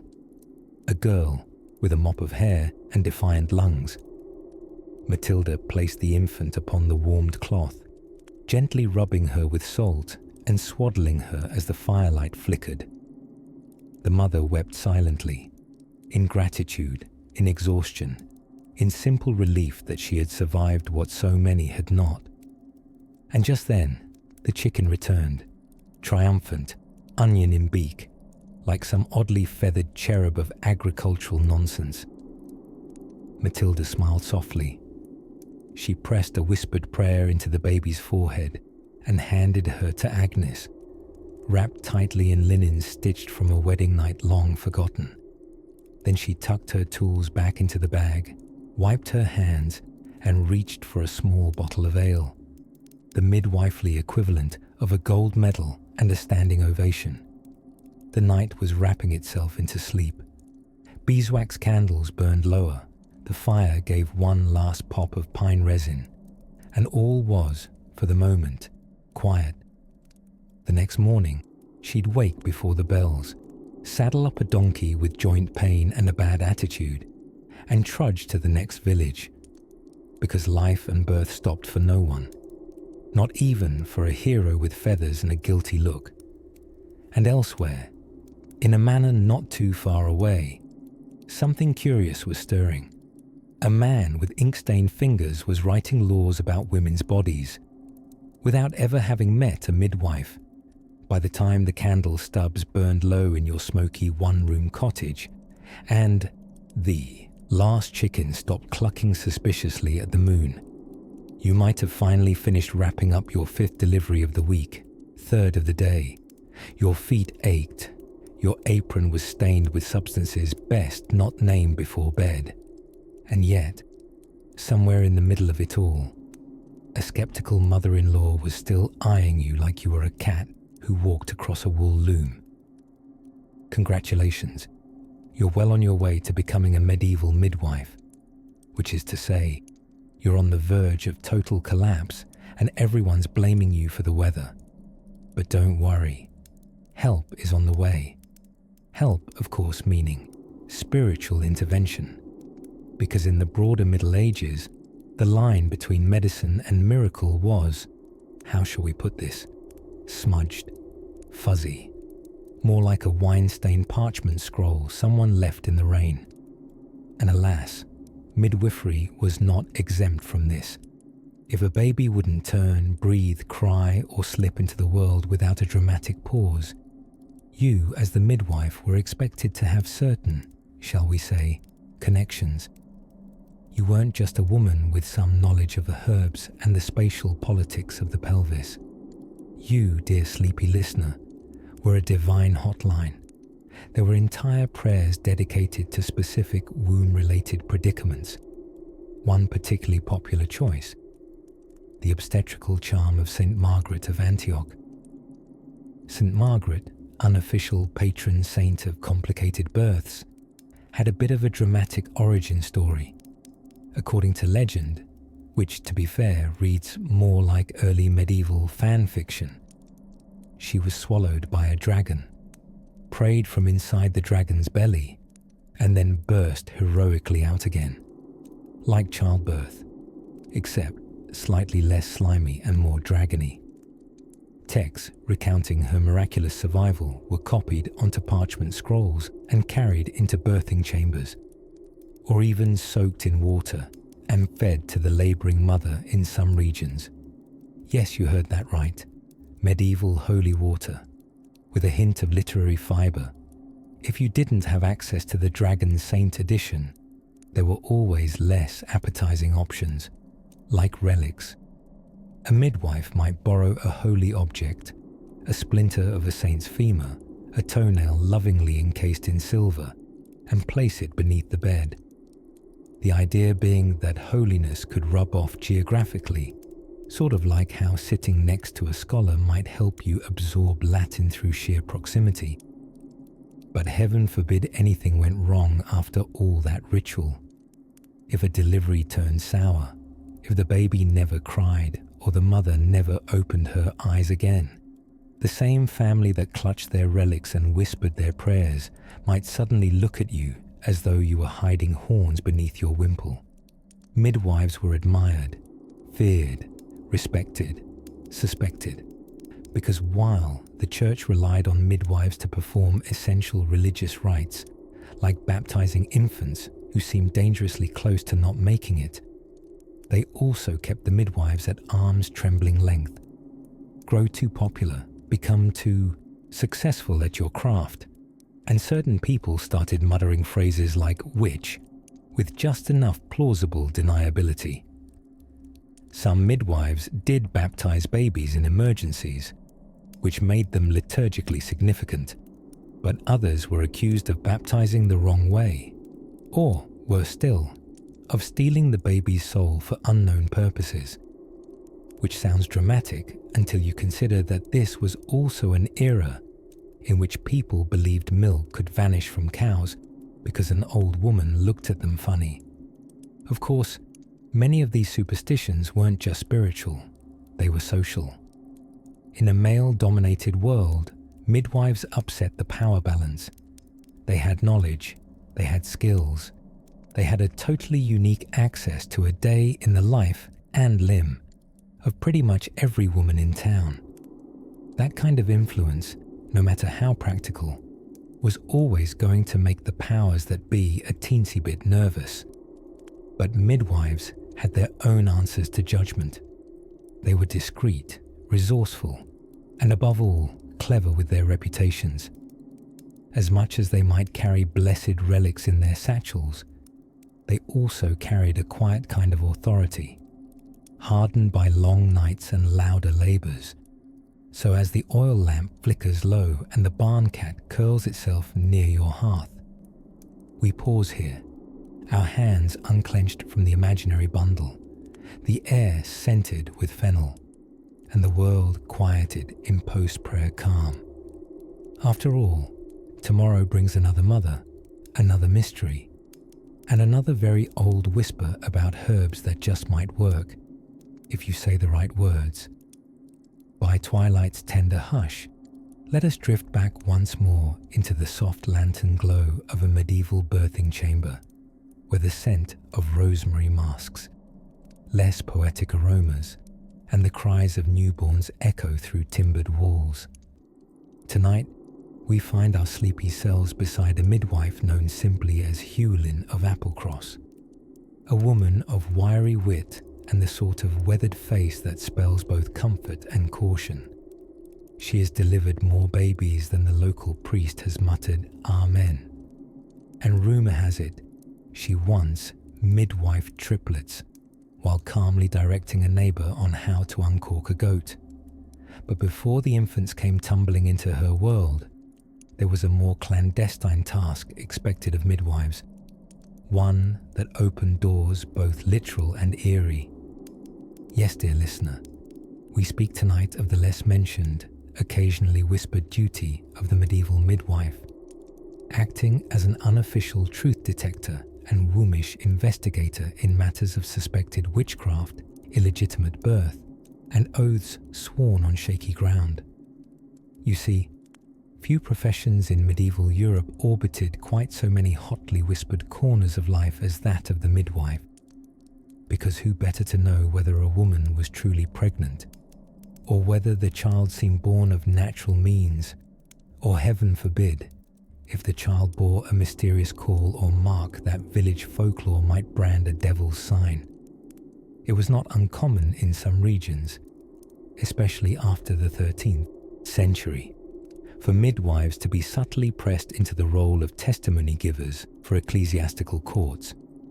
Here, in moth-riddled halls with draughty corners, priests and inquisitors might lean forward with beady eyes and ask questions like, did the mother cry out sacred names or unholy ones during labour?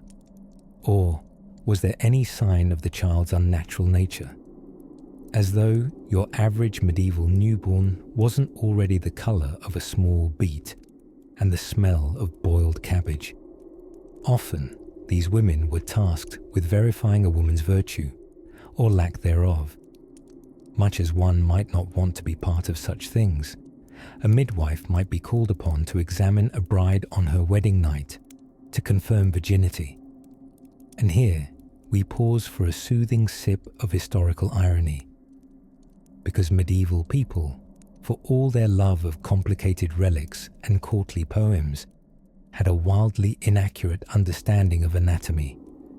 Hymens were treated like gossamer doilies that could only be broken by one thing, they couldn't, and a lack of menstrual blood post-wedding night could send a woman straight into scandal territory.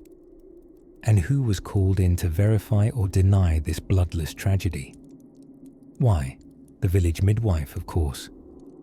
Armed with her calloused hands, a battered knowledge of the human form, and an expression that said, I have no patience for foolishness. Whether or not she believed the young woman, the midwife often walked a razor-thin line, tell too much truth, and earn the ire of patriarchs, whisper too little, and risk accusations herself. But perhaps the most eyebrow-raising of her tasks, more whispered than documented, was swearing under oath on the condition of a newborn soul. According to some folk practices, babies born under suspicious circumstances needed urgent midwife intervention before baptism.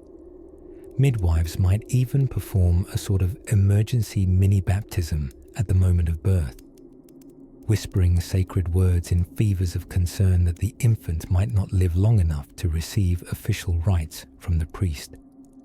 In many towns, this was not simply permitted, it was expected. Failure to do so might raise accusations that the midwife had tried to protect an unblessed soul, or worse, had assisted in ushering a demon to life. The kind of charge that would stop bread deliveries to your cottage and earn your name disentangled from wedding invitations. Still, despite the murky waters and unceasing demands, many midwives like Hewlin carried their secret knowledge as a kind of armour. They knew the rhythm of women's courage, the sound of a newborn's breath before it came, and the grace of old magic passed from hands, not books. It was a dangerous wisdom, to be sure. It made them respected, but never quite safe. and in the ever-shifting lantern light of medieval society, that was both the peril and the power of the midwife. Now, with the moon slipping gently across the thatched rooftops and the hearth's glow curling into quieter embers, perhaps you'd like to lay back and rest. For soon, we'll wander into the next chamber of history, where the humble birthing stool, your future's least ergonomic furniture, waits to tell its own story. As twilight settled over the thatched rooftops and chimney smoke spiraled lazily into the dusk, the village midwife turned her apron to the fire once more. You, new to the profession, and not entirely sure which end of a poultice to point at someone, had discovered something most disconcerting today. Medieval night shifts were less restful moonlit serenity and more shockingly loud poultry with attitude problems, combined with the constant threat of emergency goat births. Still, sleep was for peasants without uteruses to monitor. You'd started your evening rounds like a responsible member of the healing sisterhood, checking on the shoemaker's wife, who was 8 months along and whispering to cabbages again, lending sage advice. No, the baby will not come out with goat ears if you eat goat cheese, and carefully distributing your secret weapon, a clove of garlic tucked behind the bedpost, just in case any witches were feeling especially nosy. Medieval maternity, after all, was as much about herbs and prayer as it was about supernatural pest control. Things took a slight turn around the time Farmer Aldwin burst into your cottage, waving his arms like a man caught in a windstorm of bees, shouting that a birth was imminent at the Hargrove place, along with the apocalypse probably. Turns out little Agnes Hargrove had gone into labour prematurely after slipping in pig slop. Again, the sprint across town, lantern in one hand, bag of damp herbs flapping in the other, was made significantly more dramatic by the local goose, whom you suspect had a deep personal vendetta against you. But you made it, just in time to find Agnes sitting calmly on a wooden stool, sipping broth, and complaining about her mother-in-law's knitting habits. Labour, you were learning, could sometimes move with the speed of molasses in winter. Long stretches of quiet watching, more broth, a little willow bark for the pain, and above all, hushed moments of ritual and routine. Stroking the brow, rotating the hips, massaging the small of the back as your thumb quietly went numb. All within the radiant orchestration of women's voices, softer than whispers, stronger than storms. But birth in the 14th century didn't come without its more chaotic companions. First, there was the fire. Not from the hearth, no. A brush of candles met an impatient elbow and set a tapestry alight mid-contraction. You personally learned that bashing flames with a damp cloak, while muttering Hail Marys, makes for excellent cardio. Second, there was the barking dog who, sensing the emotional crescendo inside the house, decided to contribute a one canine chorus of encouragement, louder than necessary, in a minor. The actual delivery, though, that was something else. A miracle, certainly. A little bloody, a bit dizzying, especially for the girl's husband, who had taken one step into the birthing room and promptly fainted face first into a bowl of turnips. But once that small, red, strangely stern-faced bundle was tucked into swaddling cloth, the entire room softened. The candlelight seemed warmer. The goose stopped honking. Okay, it didn't, but we can pretend. You performed the ancient rituals afterward. The washing of the babe with warm rosemary water, whispering a prayer over its little head, wrapping a piece of red thread around its wrist to ward off evil spirits and, just to be safe, smudging a little ash in the shape of a cross on the doorway. Not exactly British National Health Service protocol. unless something has gone radically off script since then. Agnes, now dozing in bed with the baby curled beside her, looked up at you with a sort of exhausted gratitude that didn't require words. That was the thing about being a midwife in the Middle Ages. It was both sacred and terrifying. You might be blamed if the baby didn't cry. You might be kissed on the forehead if it did. But either way, you were stitched into that family story from that moment on, like a patch of lavender in a field of soil and tears. You trudged back across the village path by moonlight, skirt muddied, soul somehow lighter, and momentarily forgot that you hadn't slept in. Was it 2 days? 3? Time was bendy when half of it was spent boiling bandages over open flames. Tomorrow would likely bring another knock at the door, another herbal crisis, another urgent summoning through the chicken-trodden alleys. But for now, you hung your apron by the door and slid under your scratchy wool blanket, warmed by embers and the kind of peace that smells faintly of sage. Not that it would last. For just as your eyes began to close, a knock echoed on the doorpost. And this time, it was Bishop Aldhelm's man, with something far more serious than a midnight birth, something involving the abbey, a mysterious illness, and, he whispered, far too many frogs. By the time the moon had sailed high above the misty thatch rooftops and the village was wrapped in the quiet hush of sheep chewing cud in their sleep, the medieval midwife's task was far from done. You might think, after hours assisting the groaning lady of the manor through a stormy birth, wrists sore from kneading her back with mint-infused goose fat and whispering encouraging chants borrowed from a blend of folk wisdom and mild panic. Yes, you might think her duties would now be complete. But no, oh no. This, dear listener, was when the afterbirth began. Medieval midwives weren't allowed to clock out when the child arrived with an indignant howl and a confusing resemblance to a damp scone.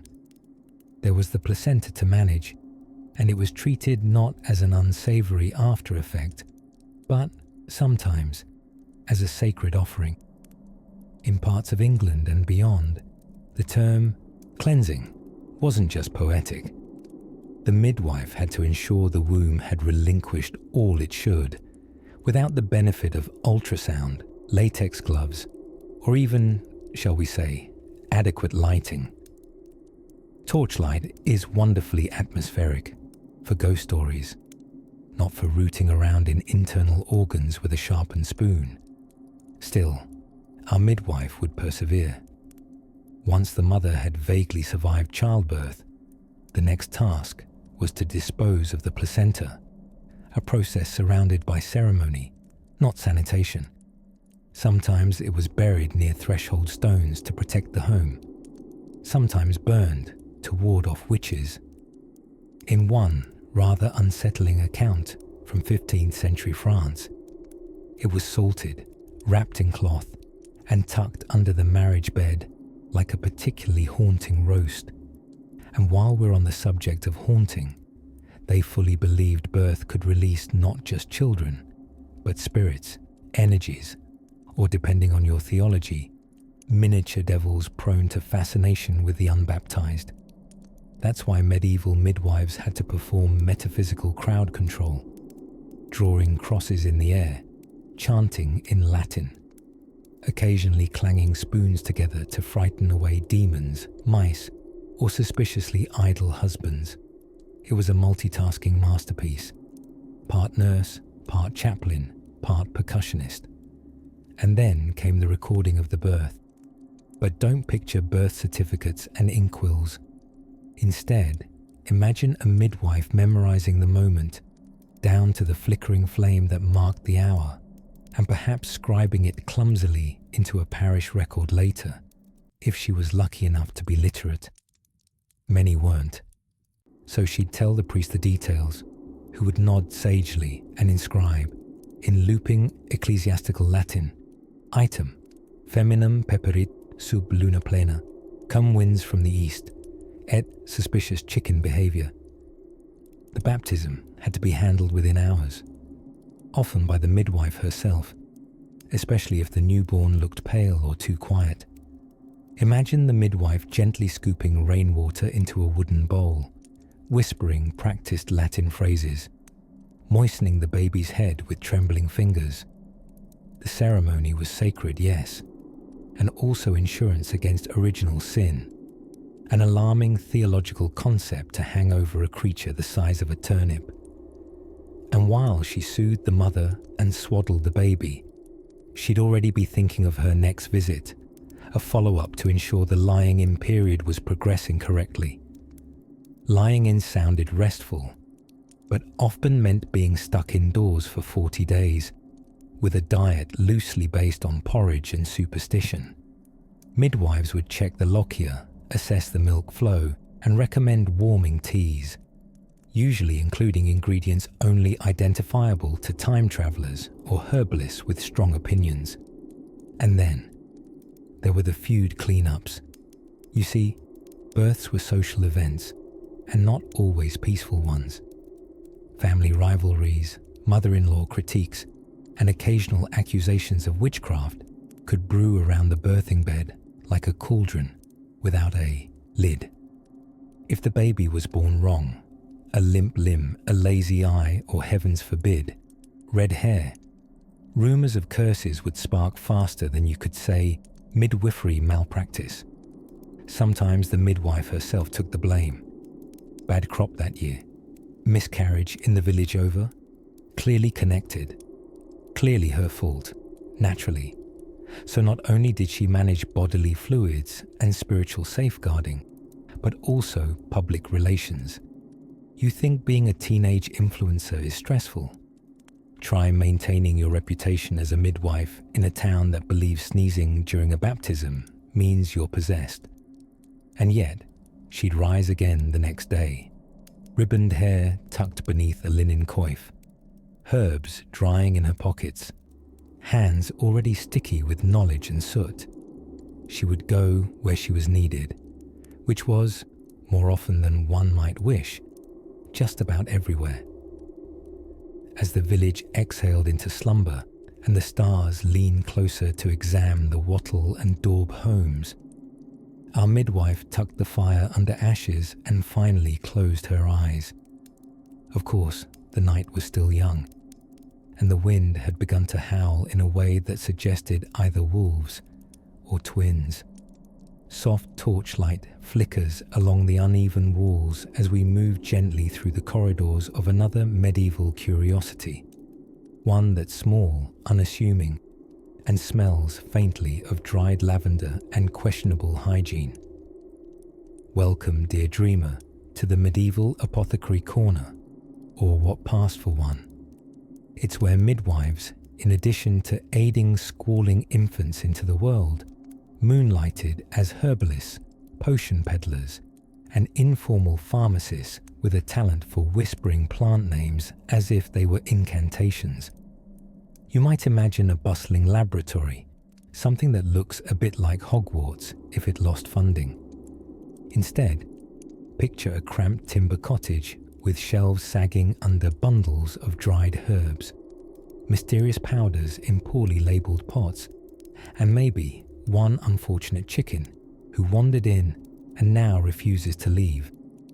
That's your apothecary, equal parts healing haven and leafy chaos.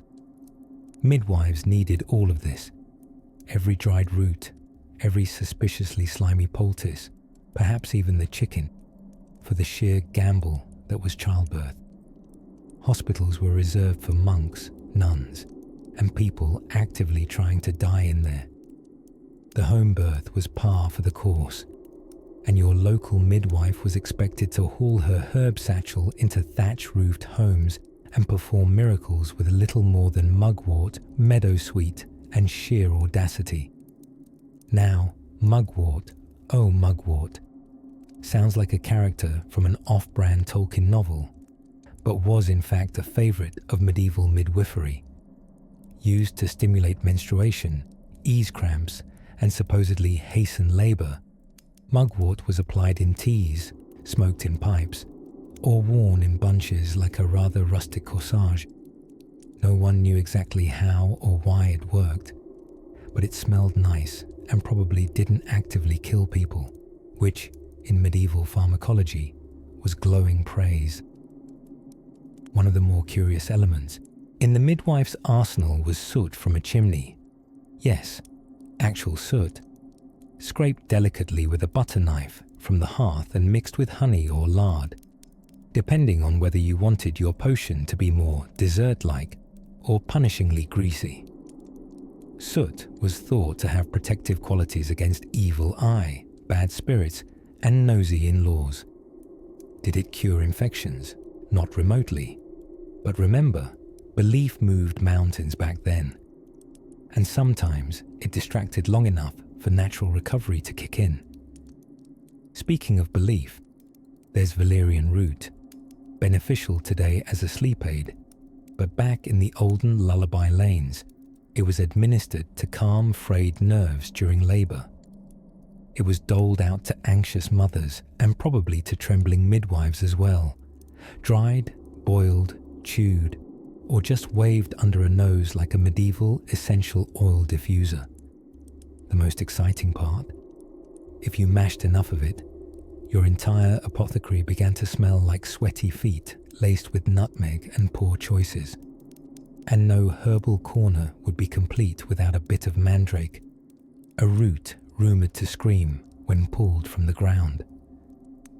Small note, it did not actually scream, but the myth was so pervasive people started using actual dogs to pull them out.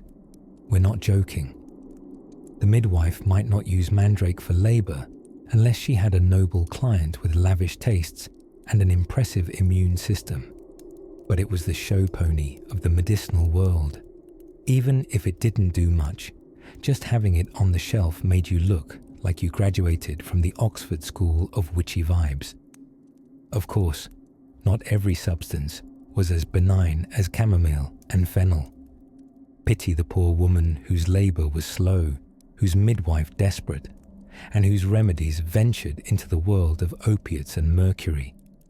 Yes, quicksilver and poppy milk made an appearance once things went truly sideways. Laudanum tinctures, early precursors to morphine, could ease pain, but also suppress breathing and confuse the already chaotic process of labour. It really was choose your own disaster. But perhaps most charming of all is this. Many midwives kept little recipe books passed through generations, not written on parchment so much as etched into memory or scratched into cheap paper with uneven ink, labelled with phrases like, for the turning of breech, or to hasten womb's bloom. They read more like poetic riddles than precise instruction manuals, because in truth, medicine was as much folk wisdom and whispered intuition as it was mortar and pestle science. And through all this, the steam of herbs drying above the hearth, the chanting of prayers over steeping teas, the strange, sweet alchemy of hope, your medieval midwife stood as part sorceress, part scientist, and wholly unlicensed. She did what she could with what she had, and occasionally with what she probably shouldn't have had in the first place. So next time you sip a calming tea of lavender and lemon balm, spare a thought for our sleepless, herb-strewn practitioner who once believed she'd seen the devil in a colicky newborn's hiccup and soothed him with goose grease and chamomile. Now, let's wander a little further, into a corner of midwifery where even lavender can't quite smother the aroma. Next, we venture into the world of charm spells, talismans, and sacred chicken bones. But not to worry, we'll ease into it softly. A hush falls over the village as night begins its slow creep across the horizon, melting the last golden threads of day into a soft, inky mauve. Somewhere, a lowing cow reminds everyone that dinner is overdue, but inside the low candle-lit cottage of a medieval midwife, supper is the least of anyone's concerns. Tonight, there's work to be done. Intimate work. The sort of work that required a level head, a strong stomach, and a thorough understanding of how, exactly, human beings manage to usher other human beings into existence without the help of modern lighting or maternal yoga classes. Not all midwifery was performed during daylight hours, of course.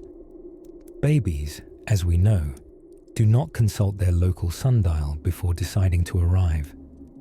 They follow their own schedule, a concept medieval people lacking Google Calendar struggle to appreciate. But candles are expensive, time is expensive, and women in labor are, historically speaking, very rarely patient. So off went the midwife, lantern swinging, muttering to herself and dodging chickens like a seasoned professional. Once she arrived, the ritual began. First, she'd perform a brief inspection of the birthing room, if you can call a claustrophobic wooden corner a room. Overhead, beams leaned down like gossiping old crones. The rushes on the floor hadn't been changed since, well, probably never. And an alarming sack of something vaguely moist dangled suspiciously near the stove. Still, none of this perturbed our midwife, who was used to delivering life in conditions that would make a modern health inspector need a lie down. Now, one of her first duties was to assess the birthing mother's progress, which involved no small amount of polite nudging, kneeling, and the strategic use of carved birthing stools, ingenious contraptions that looked like the unholy offspring of a milking stool and a hole punch. These open-seated chairs were designed to harness gravity's assistance and, more critically, allowed the midwife better access in an era before ergonomic anything. As labor progressed, the midwife reached for her most trusted instrument. Not a scalpel, not forceps, but a blend of sharp-tongued encouragement and a few extremely pungent herbs.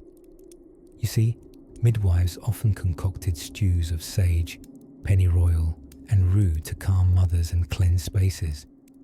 Not unlike a home spa treatment, if your spa also included a lot more screaming and the occasional prayer to St. Margaret, patron saint of childbearing, fire-breathing dragons, and, by sheer association, those enduring both.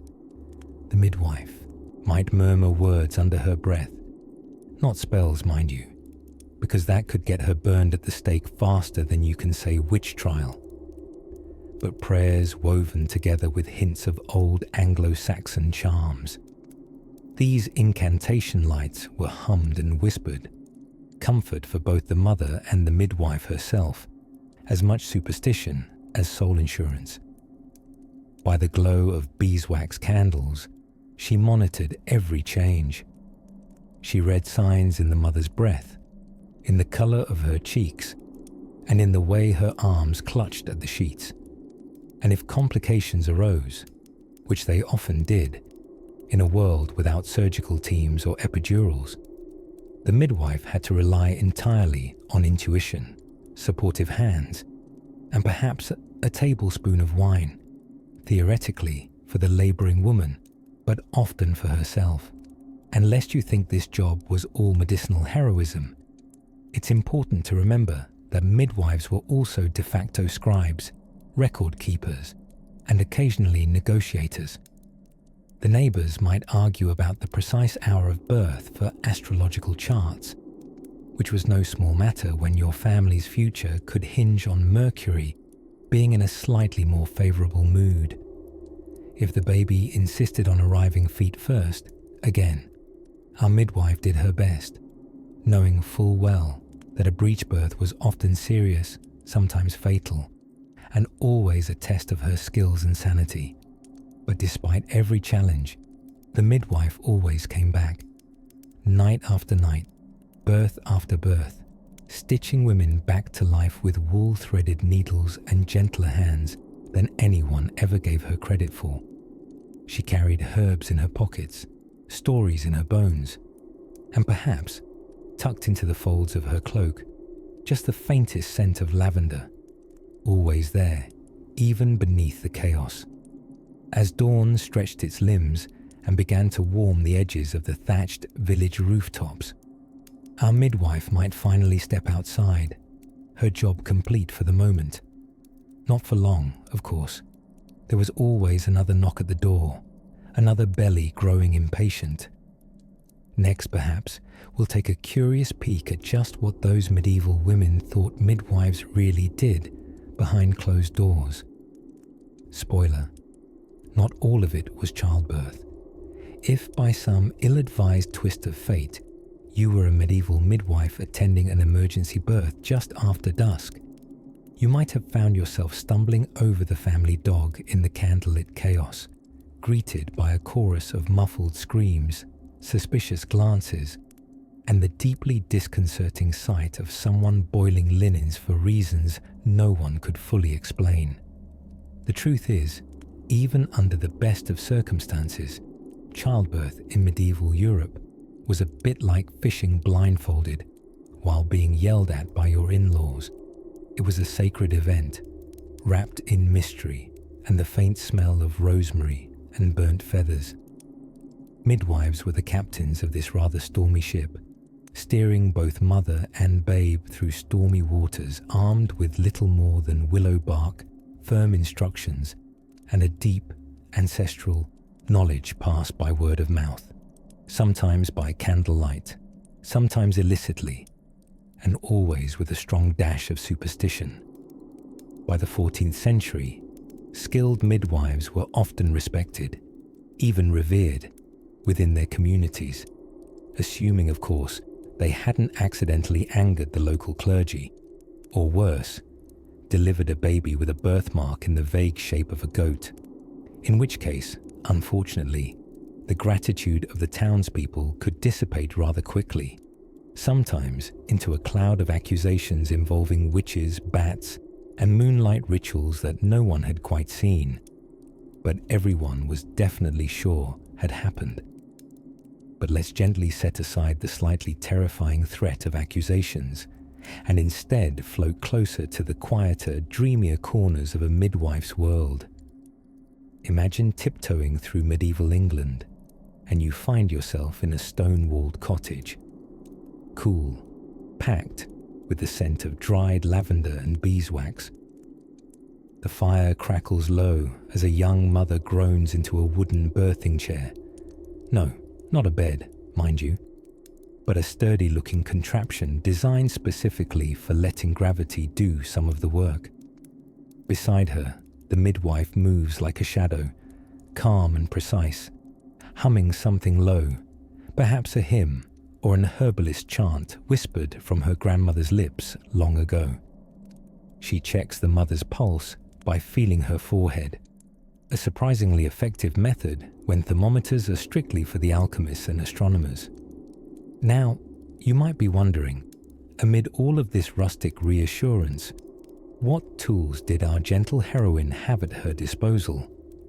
Well, picture a linen satchel filled with marjoram for calming hysteria, valerian to ease contractions, and perhaps a little myrrh for afterbirth complications. She may have sewn her own tools, a pair of sharp iron scissors boiled for what passed as sterilization, and a length of clean string to tie the umbilical cord.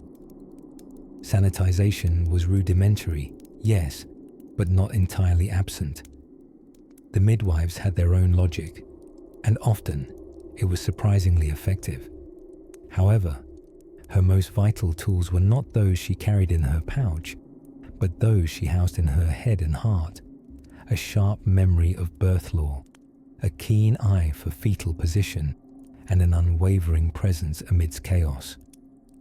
And while some loud historians like to frame medieval birth as an unpredictable drama, babies arriving the wrong way up, mothers fainting, men pacing outside with cups of ale, and wildly terrified expressions, the reality was more often a quiet, women-led ceremony conducted with resilience and practicality. Birth wasn't a medical miracle. It was a communal ritual, one that belonged to midwives and their apprentices, to grandmothers with toothless mouths and sharp instructions. Occasionally, the midwife documented the birth in a surprisingly quaint way, carved into a parish ledger, or whispered to the local priest who scribbled down that honest Margaret Jones had delivered her sick child under the sign of Virgo with a helpful note. Less screaming this time. Some even preserved family method recipes passed on in herb-stained letters or tucked into Bibles, with careful instructions for warming feet or cutting cords. Of course, alongside all this healing and hushed instruction came another responsibility seldom acknowledged, the naming of newborns. Oh yes, when the father had fainted or the mother was unconscious, it often fell to the midwife to choose. In a pinch, many a baby was named Mary, John, or, in truly inspired moments, after a saint believed to have interceded in keeping mother and child alive. It's entirely possible that some baby Pius or Agnes owes their name not to divine inspiration, but to a midwife feeling particularly grateful for a smooth labour and a halfway decent night's sleep.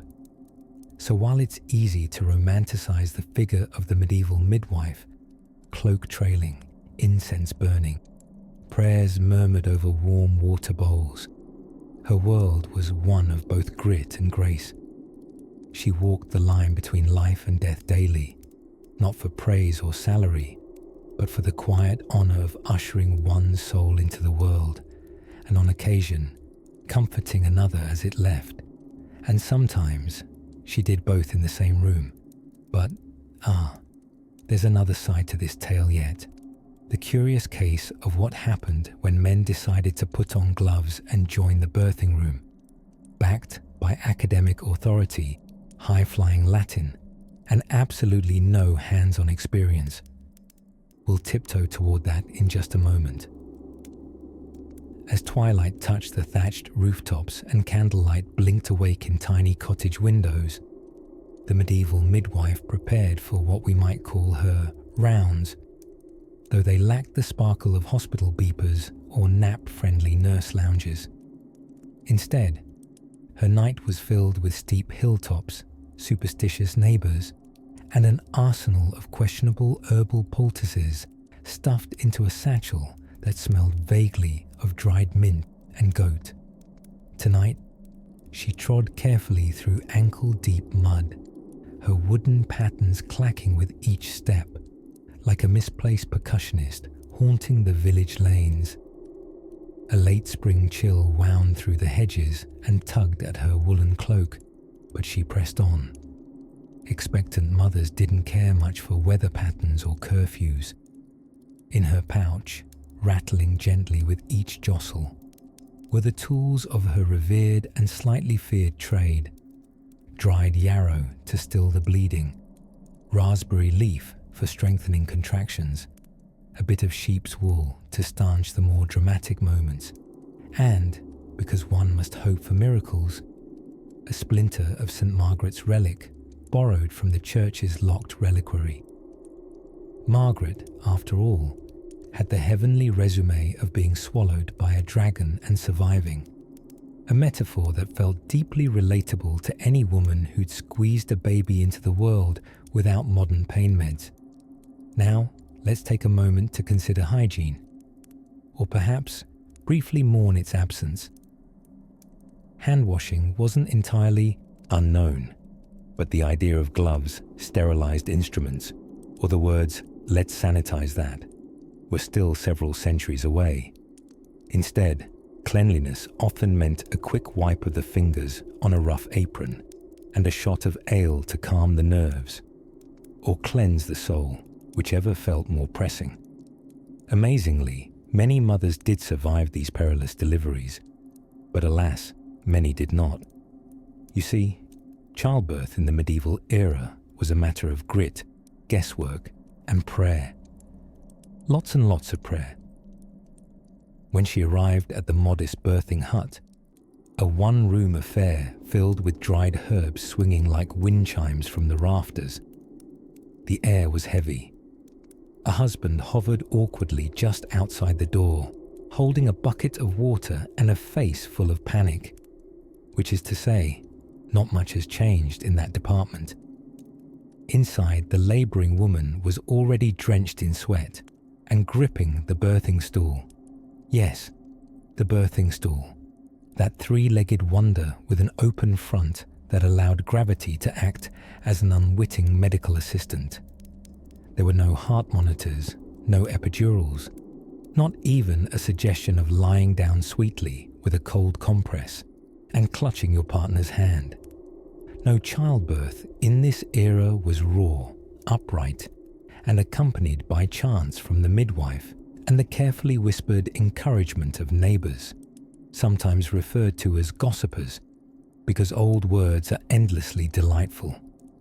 Our ever-resourceful midwife began her ritual, an odd blend of experience, intuition, and, let's be honest, superstition. Salt was scattered across the floor to ward off demons. Iron scissors hung by the door to confuse evil spirits, because apparently spirits were easily baffled by basic cutlery. And all knots in the room were untied to make sure the baby found no symbolic impediments to joining the world. And then came the waiting, the groaning, the almost rhythmic chorus of encouragement. It could take hours or even days.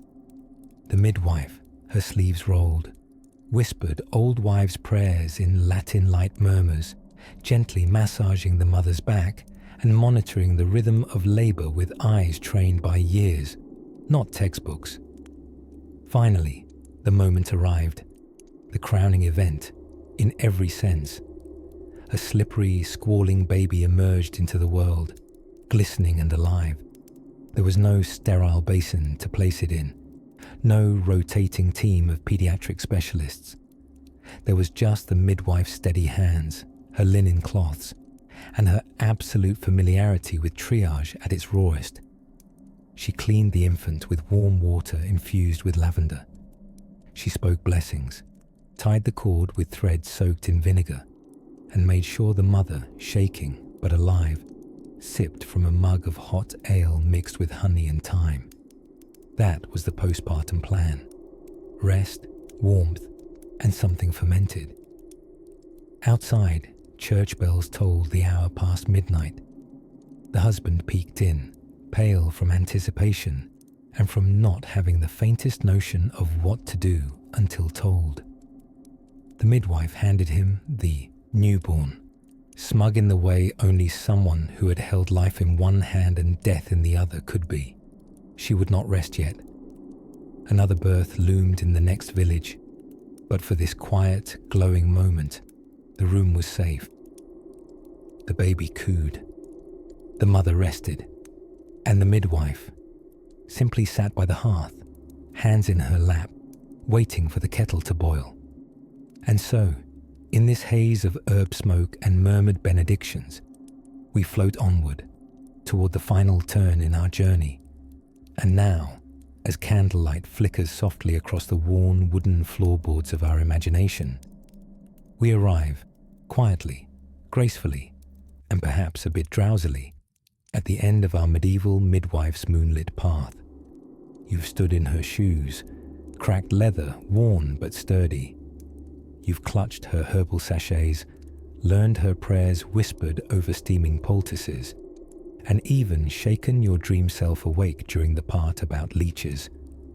And now, here she stands, or rather reclines, after a long, exhausting day of catching babies and dodging blame. Evening has swept across the village like the closing curtain at a very earthy, placenta-heavy play. The sheep have settled into their woolly murmurs, pigs root lazily in their straw, and somewhere in the shadows, someone is playing a recorder slightly off-key. But our midwife, she's finally sitting. A true luxury in an age before ergonomic anything. Her hands, weathered but deft, rest in her lap. Rough from years of tending herbs, dressing wounds, and assisting screaming women shout tiny, slippery humans into the world, they now lie still, for once, No tinctures to stir, no feverish brow to cool. Tonight is calm. She sips from a wooden cup. Wine infused with mugwort and maybe a hint of thyme. Not for inebriation, no, just to settle the humours. An important task when wombs and womb-like things have ruled your day. Across from her, slouched by the hearth, is the local wise woman, or perhaps just old Magda, whose primary wisdom lies in her uncanny ability to diagnose pregnancy by the tilt of a woman's sneeze. Magda mutters something about goat entrails predicting a long winter, or maybe a short bishop. It's hard to say when you're this tired. They sit together in companionable silence, a rare moment untouched by urgency, superstition, or sudden cries of "midwife, quickly!" from someone whose water has inconveniently broken near a turnip cart. The truth is, midwives were never just baby catchers. They were medical providers, spiritual guides, therapists, herbalists, and, more dangerously, women trusted with both knowledge and power. That unsettling combination was enough to get some burned, drowned, or shaken sternly by inquisitive men in pointy hats. But in this moment, no one is accusing anyone of witchcraft. Not tonight. Not under a sky this peaceful. Outside, the night air is thick with the smell of damp moss and the scent of lavender drying above the door. The midwife's cat, an unbothered orange, creature named Parsnip, drapes itself across the threshold like a furry warning sign. No more emergencies tonight. And you, dear listener, have fared better than expected, really. Not many manage 24 hours in this line of work without shouting, fainting, or accidentally recommending horseradish for labour cramps. You've seen the fragility and fear tucked within each birth. Watched as mothers screamed, then softened. Held your breath for every first breath. You've also guessed, correctly, that some of those herbal remedies were just glorified soup. But you didn't say anything. That was polite of you. The chicken coop creaks gently as the hens settle in. Dreams of grain and pebbles dancing through their feathery little heads. Somewhere off near the edge of the woods, an owl calls, a slow, deliberate question mark in the dark. The fire crackles a touch louder for a moment, like it's trying to finish a thought. In the half-light, our midwife closes her eyes. Not fully asleep, but halfway on the road. Her dreams will be strange and wise, full of ancient symbols, strong women, and the eternal mystery of how humans continue to be born at 3 a.m. and never, say, after breakfast. So we leave her here, seated, quiet, a lifetime of skill resting in her bones as the village dreams. And you, your breath has slowed, your eyelids flicker like the candle's flame. The bustling world of medieval childbirth has folded itself gently into the corners of your memory, like linen sheets in an old wooden chest. There's no need to wake. All is well. Sleep softly now. You've made it through the day, and you did better than most.